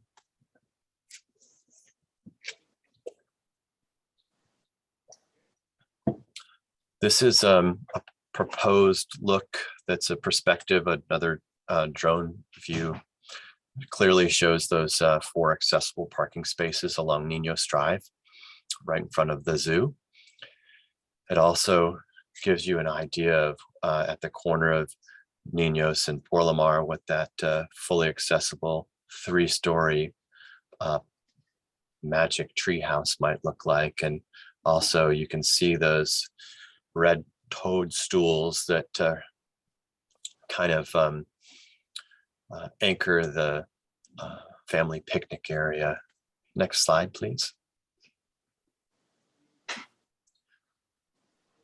So this is a slide within the grassy area, kind of looking towards the ocean, with the playground in the background and the foreground.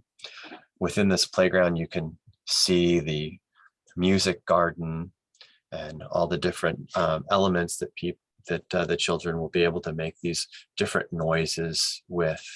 And then in the foreground of that is you can see the large butterflies. That was one of the images that Gwendolyn loved, is the butterflies.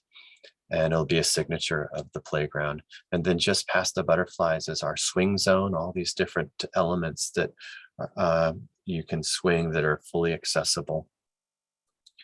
And then, of course, and more in the background is the mid background is the toadstools and the So think of giant mushrooms that are almost a full story tall, that with red and white polka dots. And then you've got the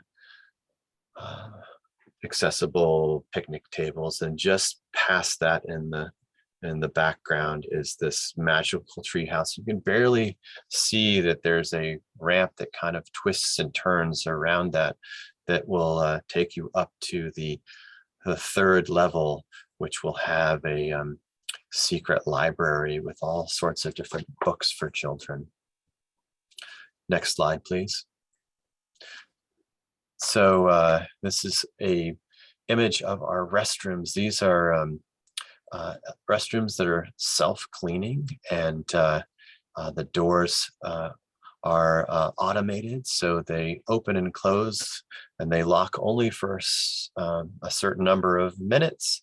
That can obviously be adjusted, but allows for less misuse of the restrooms. And within the 6 restrooms that we have, 4 of them are fully accessible.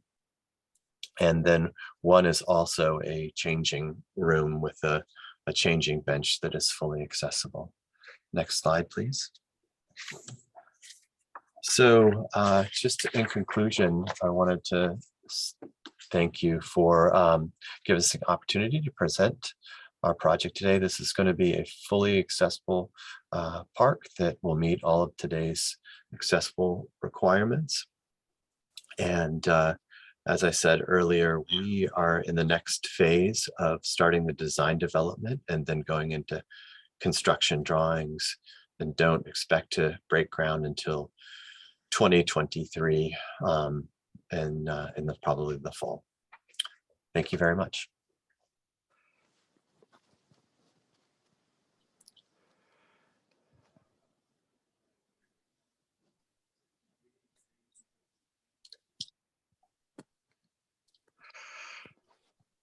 Chair Marston, I see 2 hands raised. Justin, this is Bob. I had a couple questions if I could. Sarita, do you want to do the hands first? Yes, first let's start with Mr. Rassler, and then we'll go to Ms. Swordman. Thank you. And thank you, Justin. Great presentation. It's really, overall, just, really very supportive of it. And I've been in touch with the folks at the Gwendolyn Strong Foundation as well. And Hillside, will be one of the sponsor supporters of that. My only comment, I'm concerned that those 4 handicap accessible parking spots directly across from the entrance to the zoo will be consumed by zoo goers that are using them for overfill, because there aren't enough handicap spots there either. There aren't enough anywhere. And it's just too convenient. And those spots will be used by people going to the zoo rather than the park. And I would suggest maybe you consider relocating them to the corner of the road that they're on, and where the playground is, at that bottom right intersection. That's just or somewhere else. So they're obviously and clearly much more designed for park goers that need accessible parking, as opposed to the zoo goers. And love the zoo, but they should be fighting for more accessible parking themselves, not having us do it for them.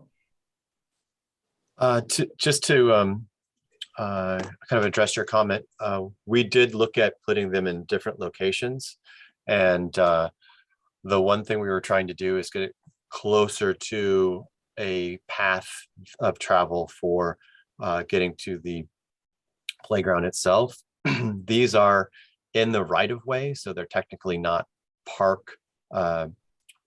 parking spaces. So we wouldn't be able to limit them to park users, but once you get past that crosswalk, you go into park land, and so we would be able to limit all of those other spaces that are accessible, and we will be signing them that specifically says that they are for park users, and that you could be towed if you're not a park user. Well, So and I appreciate that, and I'm sure you guys must have been looking into that. And yeah, I love where the other handicap accessible spots are.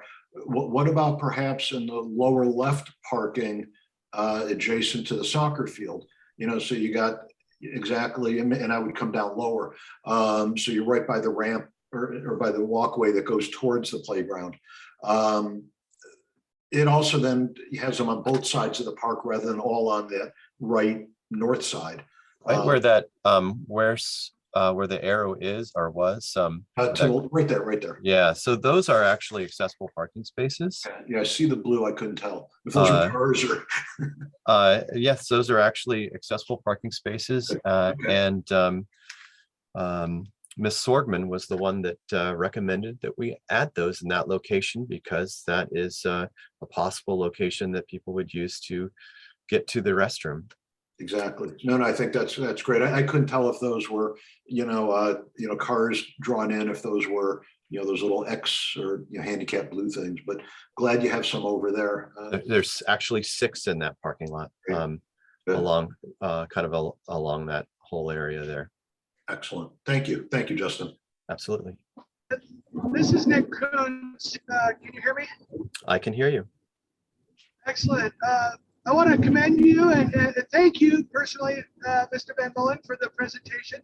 Nice work. I want to thank city staff and everyone involved in this literally fantastic, in every sense of the word, project. It's really commendable, the scope and the way you've gone above and beyond to provide accessibility where it's not required. And I applaud the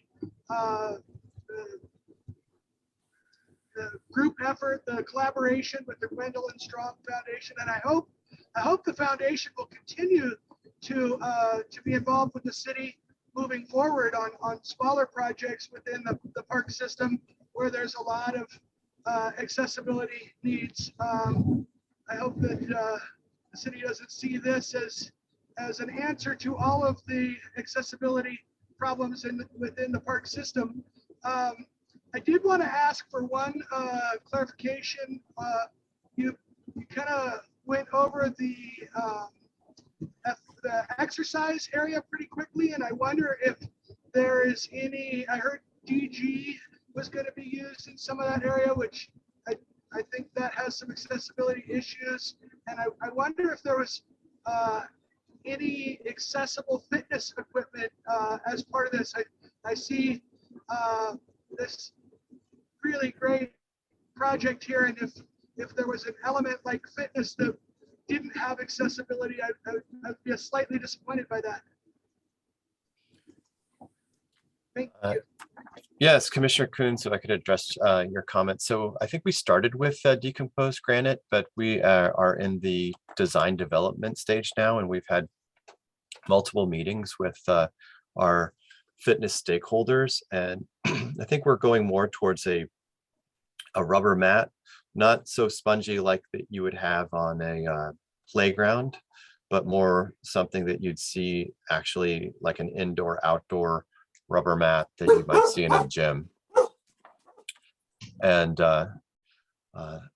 the fitness equipment has not been chosen yet. We still will be going through a process with that, and that's why we're here, so we can listen and take into account some of these concepts so we can study them. That would be really great if we could include some accessible fitness equipment, or at least one piece that would really kind of round out the, making sure that every aspect of the park is accessible. I know that it's early on in the planning. I would encourage you to look into the material that Public Works is using for sidewalk infill. It's a rubberized kind of asphalt that has worked really well for sidewalk infill. And I hope that before we go to construction, we'll get another review of the plans.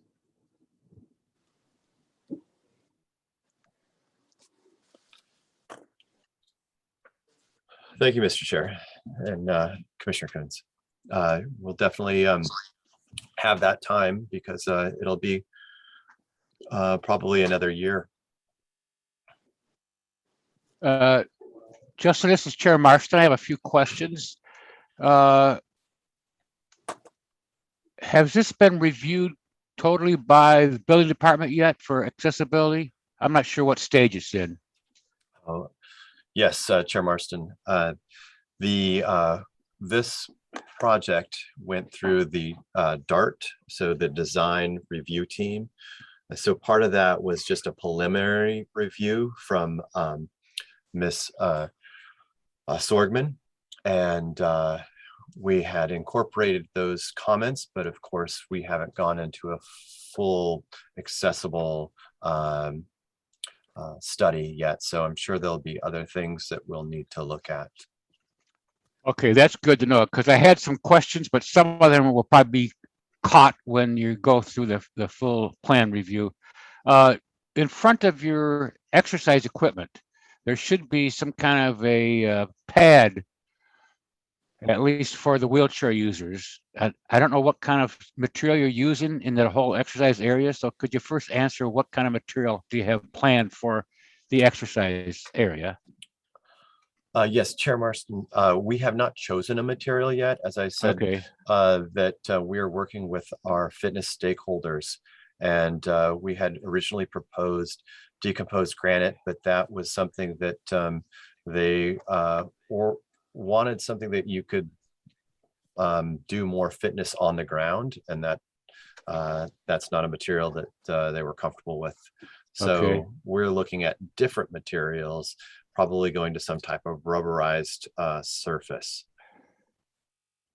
Now, it sounded like Mr. Rossler's group had already talked to you about the Gwendolyn Strong area, so that's good for input there. I do agree with him that it'd be nice to have more blue curb parking near that area, but I know you have a lot of constraints there. And I did notice that you had a lot of people, you talked to 800 people and had a bunch of meetings. This is the first time that our group has gotten to see this. I appreciate you coming here, but I sometimes wish we could get involved a little bit quicker. And I appreciated what you said about the bathrooms. Can you give me a few more minutes on, or just a minute on what you have, these soft cleaning bathrooms? And I'm glad you have so many accessible rooms. That sounds over and beyond, as Nick said. I'm very happy with your parking and the bathrooms going more than you need to. So maybe just a little bit more about the bathrooms. Sure, I'd be happy to address that. So this is a restroom. They're using them a lot in Los Angeles County. Excuse me. And it's a self-cleaning. It has a spray that comes by. It has this a device that cleans the seat. It has, I think it's an infrared light that kills the germs, and then it goes through this self-cleaning after X number of uses, and you can set the kind of a dial. It'll go through a self-cleaning mode and then reopen. And so not all of them are closed at the same time. It's really quite interesting. So we're looking forward to putting it into the parks. And as I said before, it's touchless with the handles, going in and out. It's the door slides open, so it's more of like a pocket door that slides, like you'd see in maybe Star Trek, where you'd come in, the door opens, the door closes. Okay. That type of high-tech restroom. What's the time cycle for the cleaning cycle? How long does that take to clean? That is a detail that I am Okay, I'm not that's sure of. I do know that you can set it so not all of the restrooms are closed at the same time. Sure. Or you could do a cycle where it's at night, where they do all clean at the same time at night. I know there's a lot of flexibility, and a lot of it has to do with how often they're used. Sure. I'm very impressed with the, you said there was a time lock on the bathroom, so you can't be in there doing nefarious activities. I thought that was Yes. a very neat system. I haven't heard of that yet, but that solves the problem of having a lockable bathroom that can be used for other activities. So I appreciate that. A lot of our accessible restrooms that are larger end up being misused. So this Yes. is one of the ways that we can solve that. Justin, this is Bob. Quick question. The bathrooms, I couldn't tell by your presentation. Are you going to relocate the whole building or remodel the existing building with the new restrooms? Committee member Burnham, because our existing restroom, which is much closer to the creek, is completely in the floodway, we really are limited what we can do with that building. So for us, it's better to relocate the building completely. So it'll be a brand new building. And this is something that gets built in a factory and then brought in and put on a foundation. Okay, and then you'll be tearing down the old building and rendering that open space? That is correct. And that's how we're able to capture all that new accessible parking that is right at the entrance of the soccer field. Thank you. And then my other question is Dwight Murphy, this 9+ acre property, is this completely under the jurisdiction of the city? That is correct. Since 1925, this has been a park that is owned by the city of Santa Barbara. The reason I ask is because so you're not getting any roadblocks from the Coastal Commission, is that correct? Chair Marston's committee member, Burnham, we have gone through the process of getting our coastal development permit. So we're already through that process.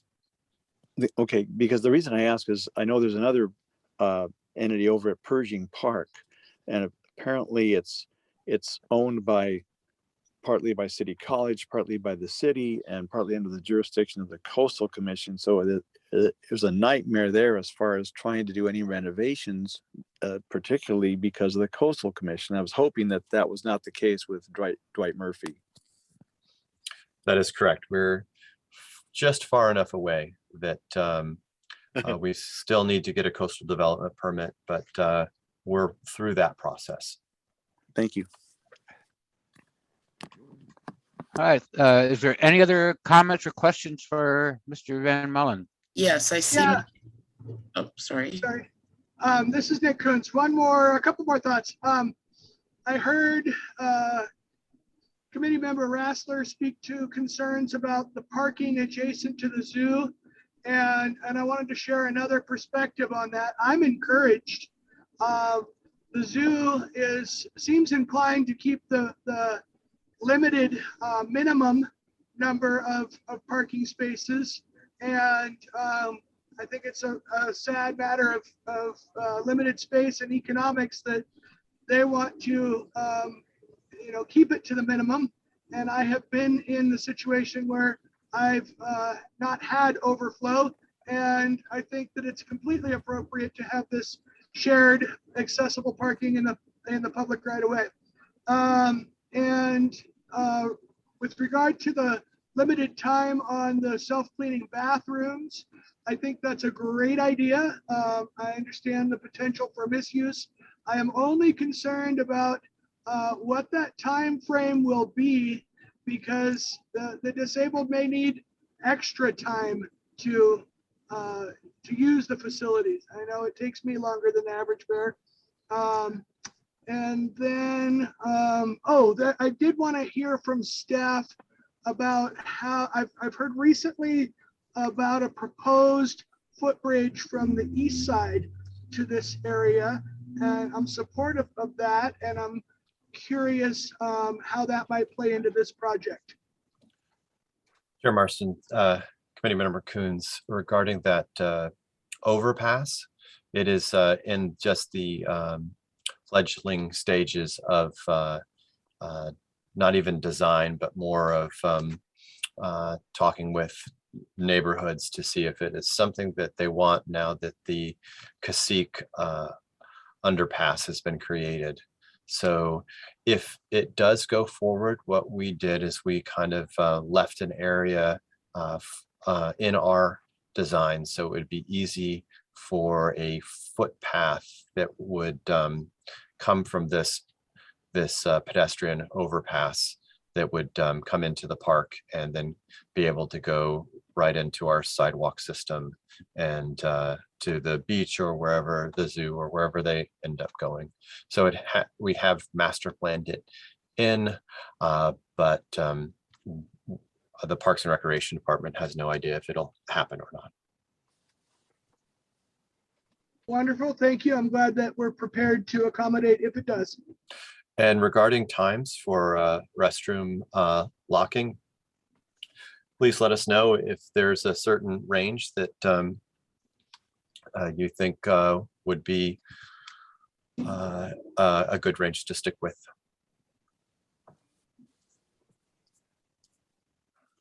Mr. Chair. Yes, I just had one more question on that timing. Do you have any idea right now what the average timing is for the locking doors? Mr. Chair, I think it's more of you can dial it in. If it's 30 minutes seems like misuse is going to be happening, you can open it automatically. If it's 10 minutes, it's really up to the jurisdiction. Okay. Nick, since you're there, what roughly time would you suggest, just off the top of your head? Mr. Chair, I think I would have to work more with the County of Los Angeles and see what has worked for them. And Okay. then we would probably go with that suggestion and then study it over the course of a couple months and then adjust from there. Okay, I was just asking if Nick had an idea of how long he would need personally. No, I don't have a time in mind. I just want us to be sensitive to that. And it Sure. sounds like the device, if I could call it that, will be flexible enough to be somewhat agile. And we'll have to see how it goes moving forward. Okay, if there's no more questions, Mr. Chairman, we Yes. have Elizabeth Sorgman who's raised her hand, and I also Okay. have an anonymous attendee who's asked a question. I'm going to address that one first, and then we'll talk with Ms. Sorgman. If that's Okay. okay. The anonymous question is, what type of protection will be used to protect kids and accessible users near the right field of the baseball field and the play area? It appears that almost a third of distance was removed from right field and may seem like conflict of flying balls. It appears like only 200 feet from home plate to hit a ball. Mr. Chair, members of the committee, this is a question that came up in Planning Commission, and it's something that Planning Commission has asked us to study, and we will be doing that as part of our design development. So before we get project design approval through the Architecture Board of Review, we will have to solve this to the Architecture Board of Review satisfaction. But that said, this is not a baseball diamond for adults. The baseball diamond for adults is the Cabrillo Ballpark. This is a diamond for youth. So a little bit different. We don't program it for adults, and we have not designed it for adults. If we may now, Elizabeth Sorgman, if you'd like to ask your question.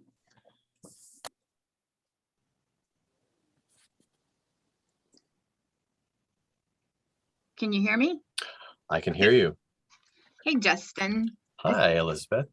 This is such a great job, and it's one of those projects that you don't see often where more is done for accessibility regarding parking and whatnot. And just so I think I commend the city for all of the efforts that you guys have put together. So I just have a couple questions or comments, actually. Absolutely. I've been on the board of AYSO for almost 30 years. And is there an entrance to both sides of the soccer field? Because teams get really, really excited. And so they generally don't want to sit on the same side. So is there access to both sides that's accessible? Chair Marston, Ms. Sorgman, let me first start by thanking you for your 30 years of AYSO service. I also hear that you retired. Is that correct? Did I just hear that? Yes, I am back in private practice. Well, I want to thank you for the years of accessibility training that you gave to me. I have really appreciated it. I've learned a lot from you over the years. So welcome back into private practice. Now, regarding your question on the soccer field, there's one big entrance that we can drive a vehicle through. So we'll have different vehicles that will have to maintain this field. And then there is on the directly opposite, there's an entry that basically is midfield. Excuse me, Justin, could you point out those entrances on the screen? I don't think I can. I think it has Okay. to be, but it's Okay. essentially your soccer pitch is the center line. It's like the 50-yard line of a football field, and so there will be entrances on both of those, and then we're going to be studying if we're going to do so that a minimum we'll have two, kind of for the home team and the visiting side, to make it very easy for them to enter or exit. And then we'll also be studying if we'll have an entrance closer to the triangular shaped parking lot that is off of Park Road in Port Lamar. Okay. Okay, and then I also wanted to just make comments. We've had new code updates as of August that now require the sidewalks to be 4 inches above the parking. So you aren't supposed to have flush parking and walkways. So that might impact the design. And then the changing room that you showed on this in this presentation is still not compliant. So that's something that I know that you guys are working on. So Thank you for the comments. Yes, we still have a long way to go, but we're happy that we've received our entitlements to move forward. thank you. Elizabeth, that was an interesting thing you said about having the sidewalks raised 4 inches. So that means no more flush. So now more curb cuts are going to be required. Is that correct? That is correct. Okay. And can you tell us quickly why that was changed? I'm glad to know about this. I didn't realize it.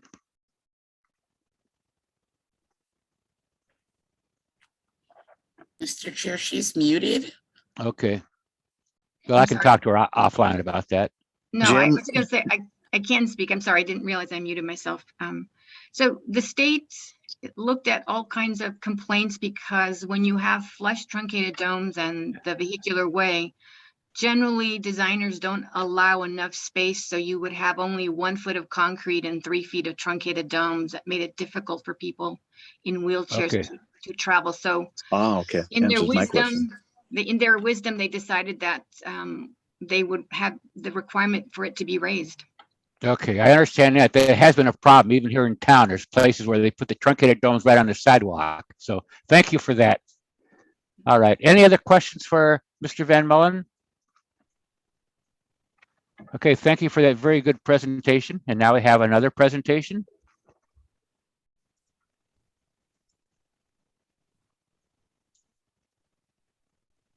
Is that right? Dennis Johns? Good morning.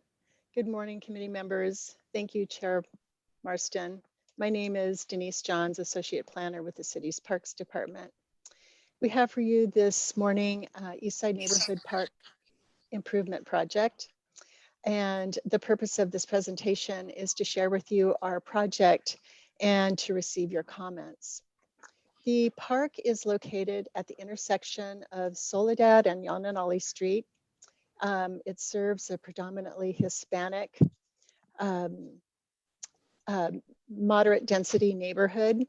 It's approximately 2.2 acres and also includes the Yananali Community Garden, which is not a part of this project. The reason for the project is that, well, over time, this park has been a popular destination for neighborhood families and individuals to meet, to celebrate, have events, birthday parties. Quinceañeras have been popular there. We learned through our outreach effort actually that the existing playground is the reason that people most likely attend the park. However, in the last few years, the park has seen more and more illegal activities and misuse. And so over time, the park has suffered from a lessening of families and neighborhood individuals from the neighborhood enjoying the park in order to avoid coming into contact with illegal activities or people loitering at the restroom or at the picnic tables.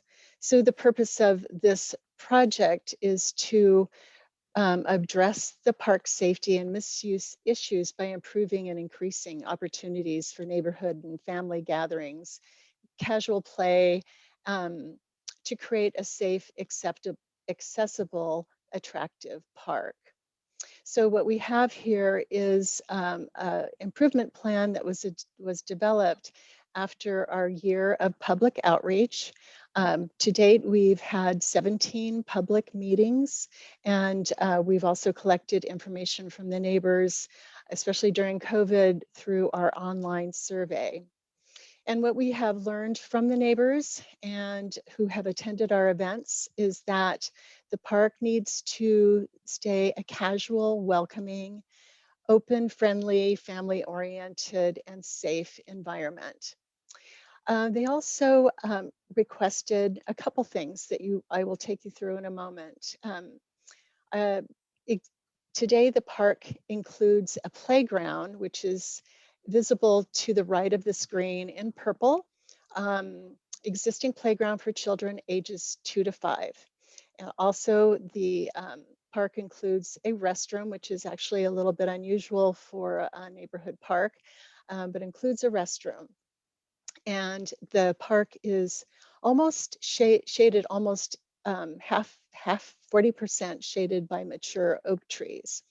So with that, we learned from our comments that people would like the opportunity to experience recreation opportunities throughout the park. So I will take you quickly through what we have here. And I'm going to start with our ADA parking spot, which is a street side blue curbed parking space at Yananali, at the corner of Soledad and Yananali, accessible from the street to an accessible ramp at the corner.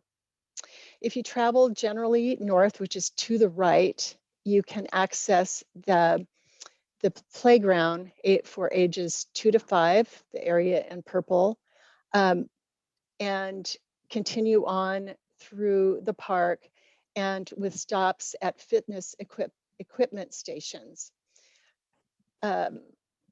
This accessible walkway that is existing is about 4 to 5 feet wide. It goes from 4 to 5 feet, and we are keeping that accessible walkway, but modifying the entrance to the playground so that it's accessible via an accessible gate. I'll talk about the playground in a second. There's an existing accessible high-low drinking fountain, which we are not going to change. As you walk along the new pathway, currently, by the way, the pathway from the existing playground to the restroom is an inaccessible dirt pathway, which we'll be changing out to an accessible permeable concrete pathway. We're using permeable concrete for a couple of reasons, mostly for environmental reasons, but also that it is a non-slip surface. It's rather rough kind of surface with edging and separate colored curbing.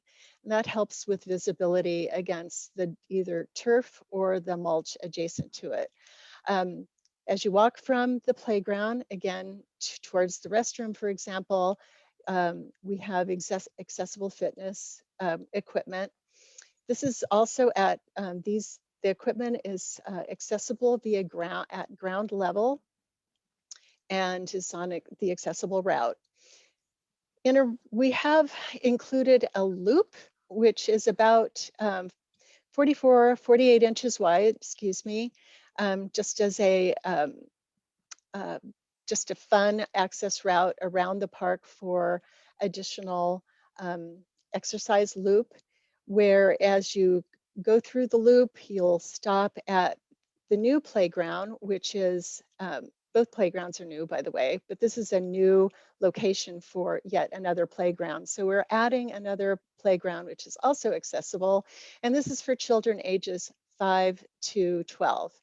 And it's a little bit more, they call it more fitness oriented with an obstacle course and ground level additional fitness features.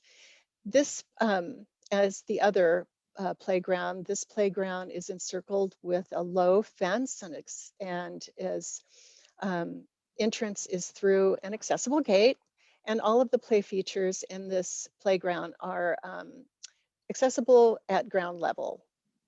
If you continue on to the restroom or back to Soledad Street, you can stop at another fitness station, which is also at ground level.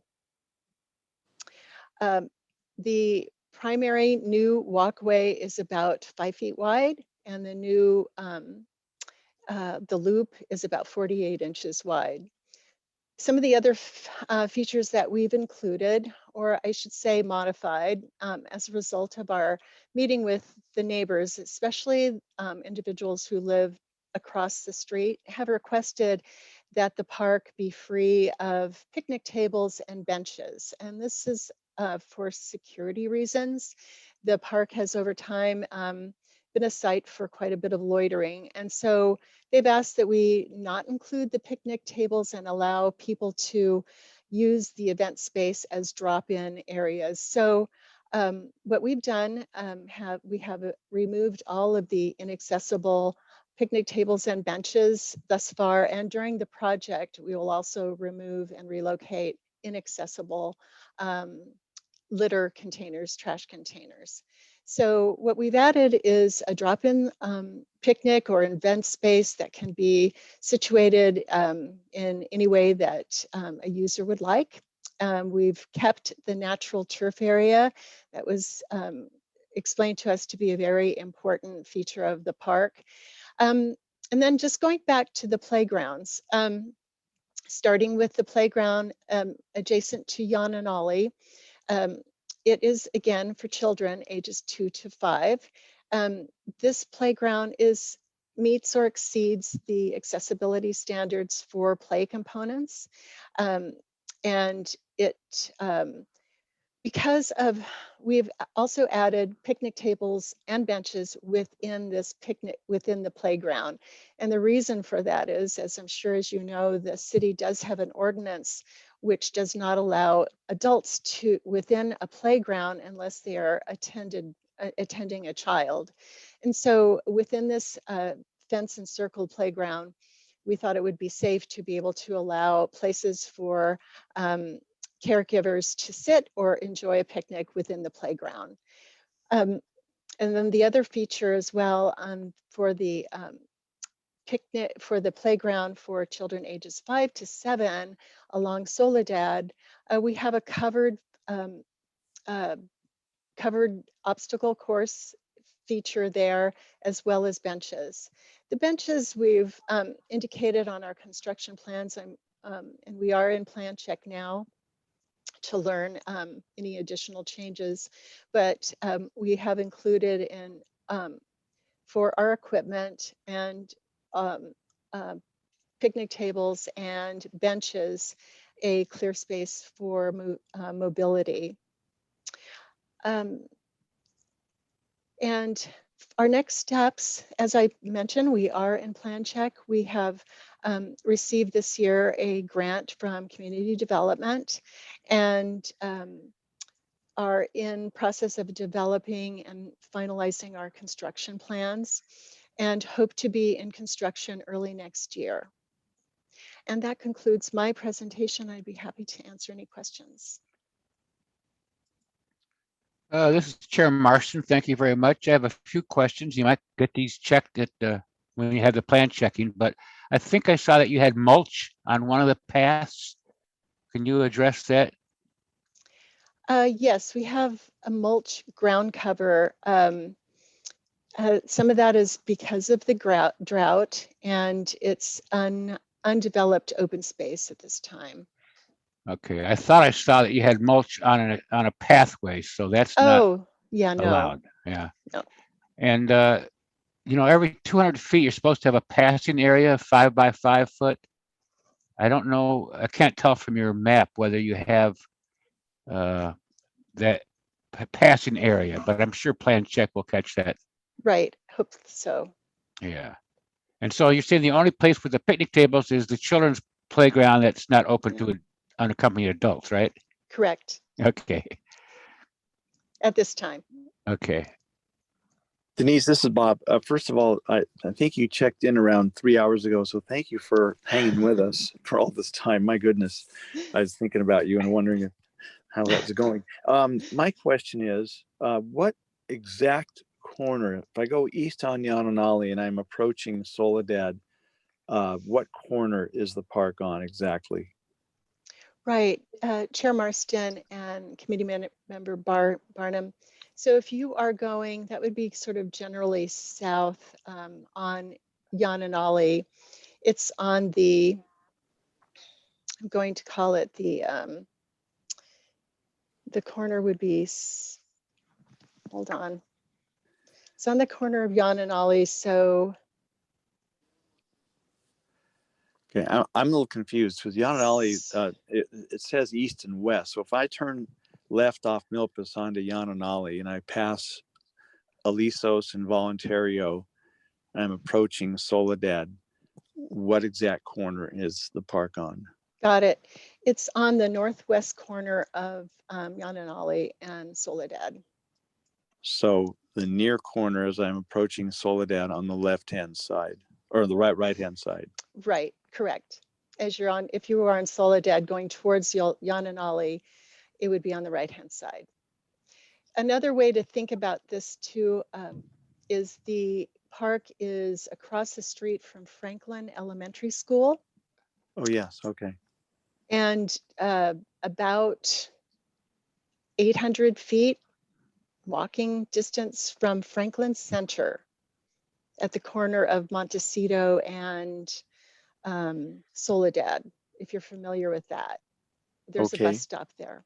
And as the park goes in from the corner, what are on the inner boundaries on the far west or the far south side and the far west side? Between the boundary of the park and the road, is that the question? As you go in from the corner from Yananali and Soledad, if you go, say if you were to continue down Soledad toward the freeway, what is that far boundary on the end of the park? And then if you go in toward Milpas in the park, what's along the boundary there? Are there homes? Are there okay. residences? So thank you, Chair Marston and Committee Member Barnum.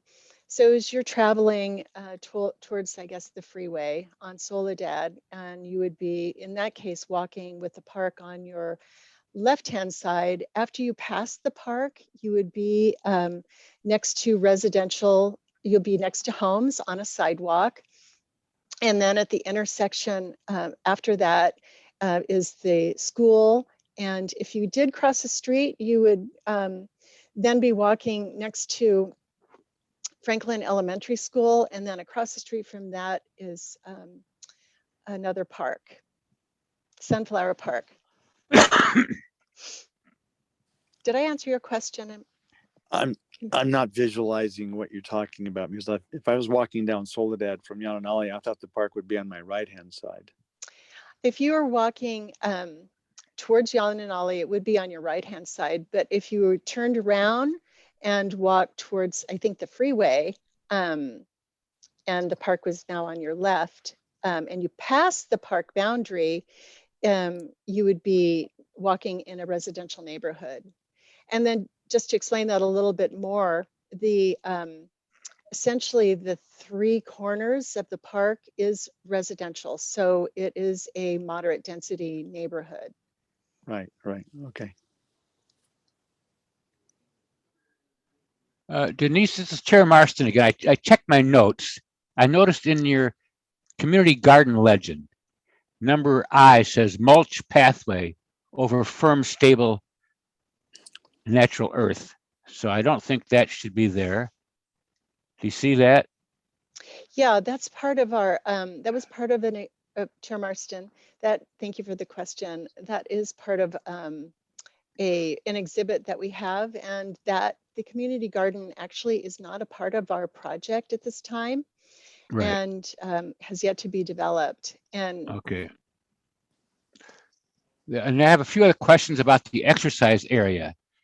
Now, you're supposed to be a 30-inch by 48-inch clear floor area at each type of equipment, but it doesn't show here yet, but I'm sure you're not at that stage yet, but just keep that in mind.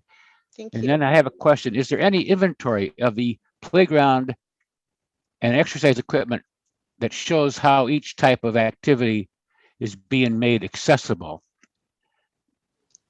And was anyone in the disability community consulted regarding the selection of equipment?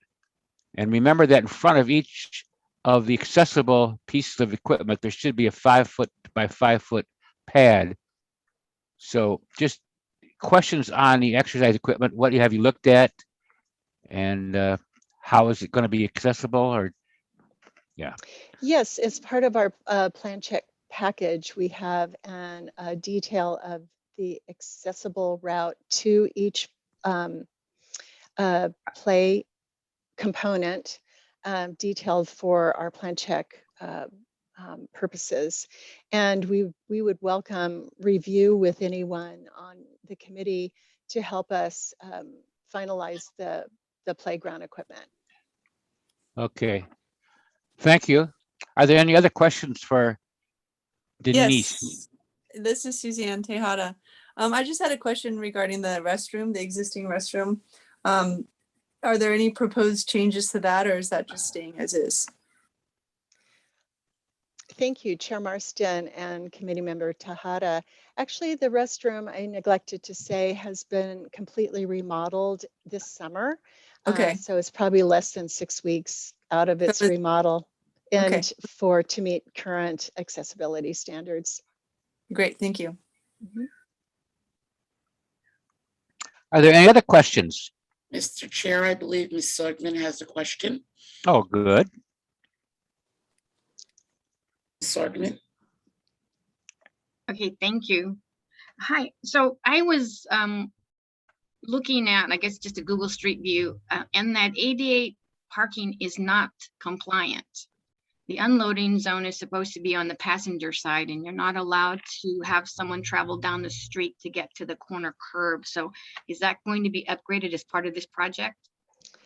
It's Chair Marston and Ms. Sorgman, that is something that we could work with Public Works on, and it is not part of our park project.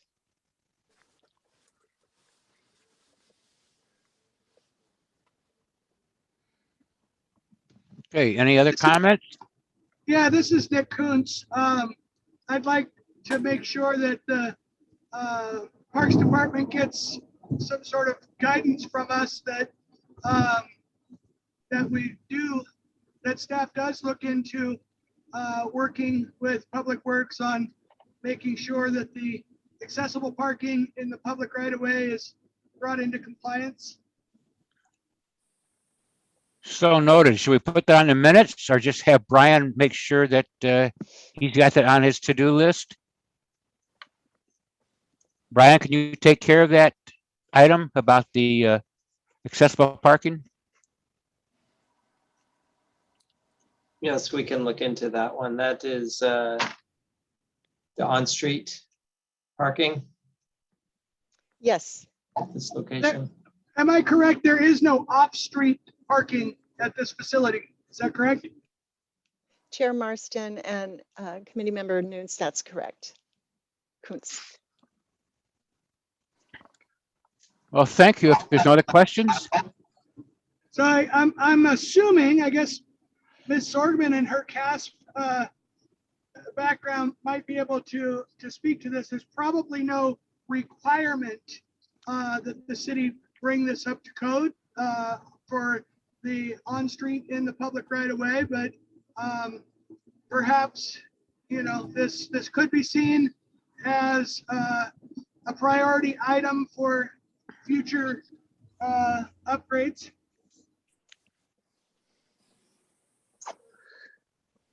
Ms. Sorgman, do you have a comment on that?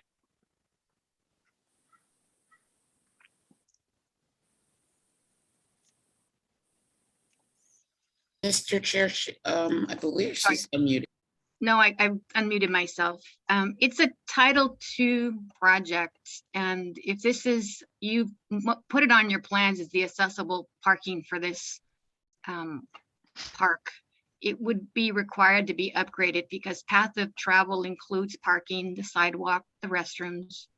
And I would imagine that your budget is pretty large already, so it would be part of your requirement to upgrade it. Thank you. Anything else? Any questions or comments? Okay. We're running long here. Does anyone have to leave or should we go to our next items? And this is Bob. I need to leave by around 12:30 or 12:35. Okay. So Brian, are you still available? Well, what I was going to suggest, because I know other people need to get going and I have other meetings starting at 1 o'clock. I want to make sure we spend appropriate amount of time on these next two items. I would suggest that we table these not until the next quarterly meeting, but that we can do a special meeting. It may get tricky here now that we're into November, but I'm hoping we can find a time very soon to reconvene if the committee wants to do that, because that is also so moved. takes up time for you guys. So that's what I would suggest if it was okay with the committee to have a special meeting.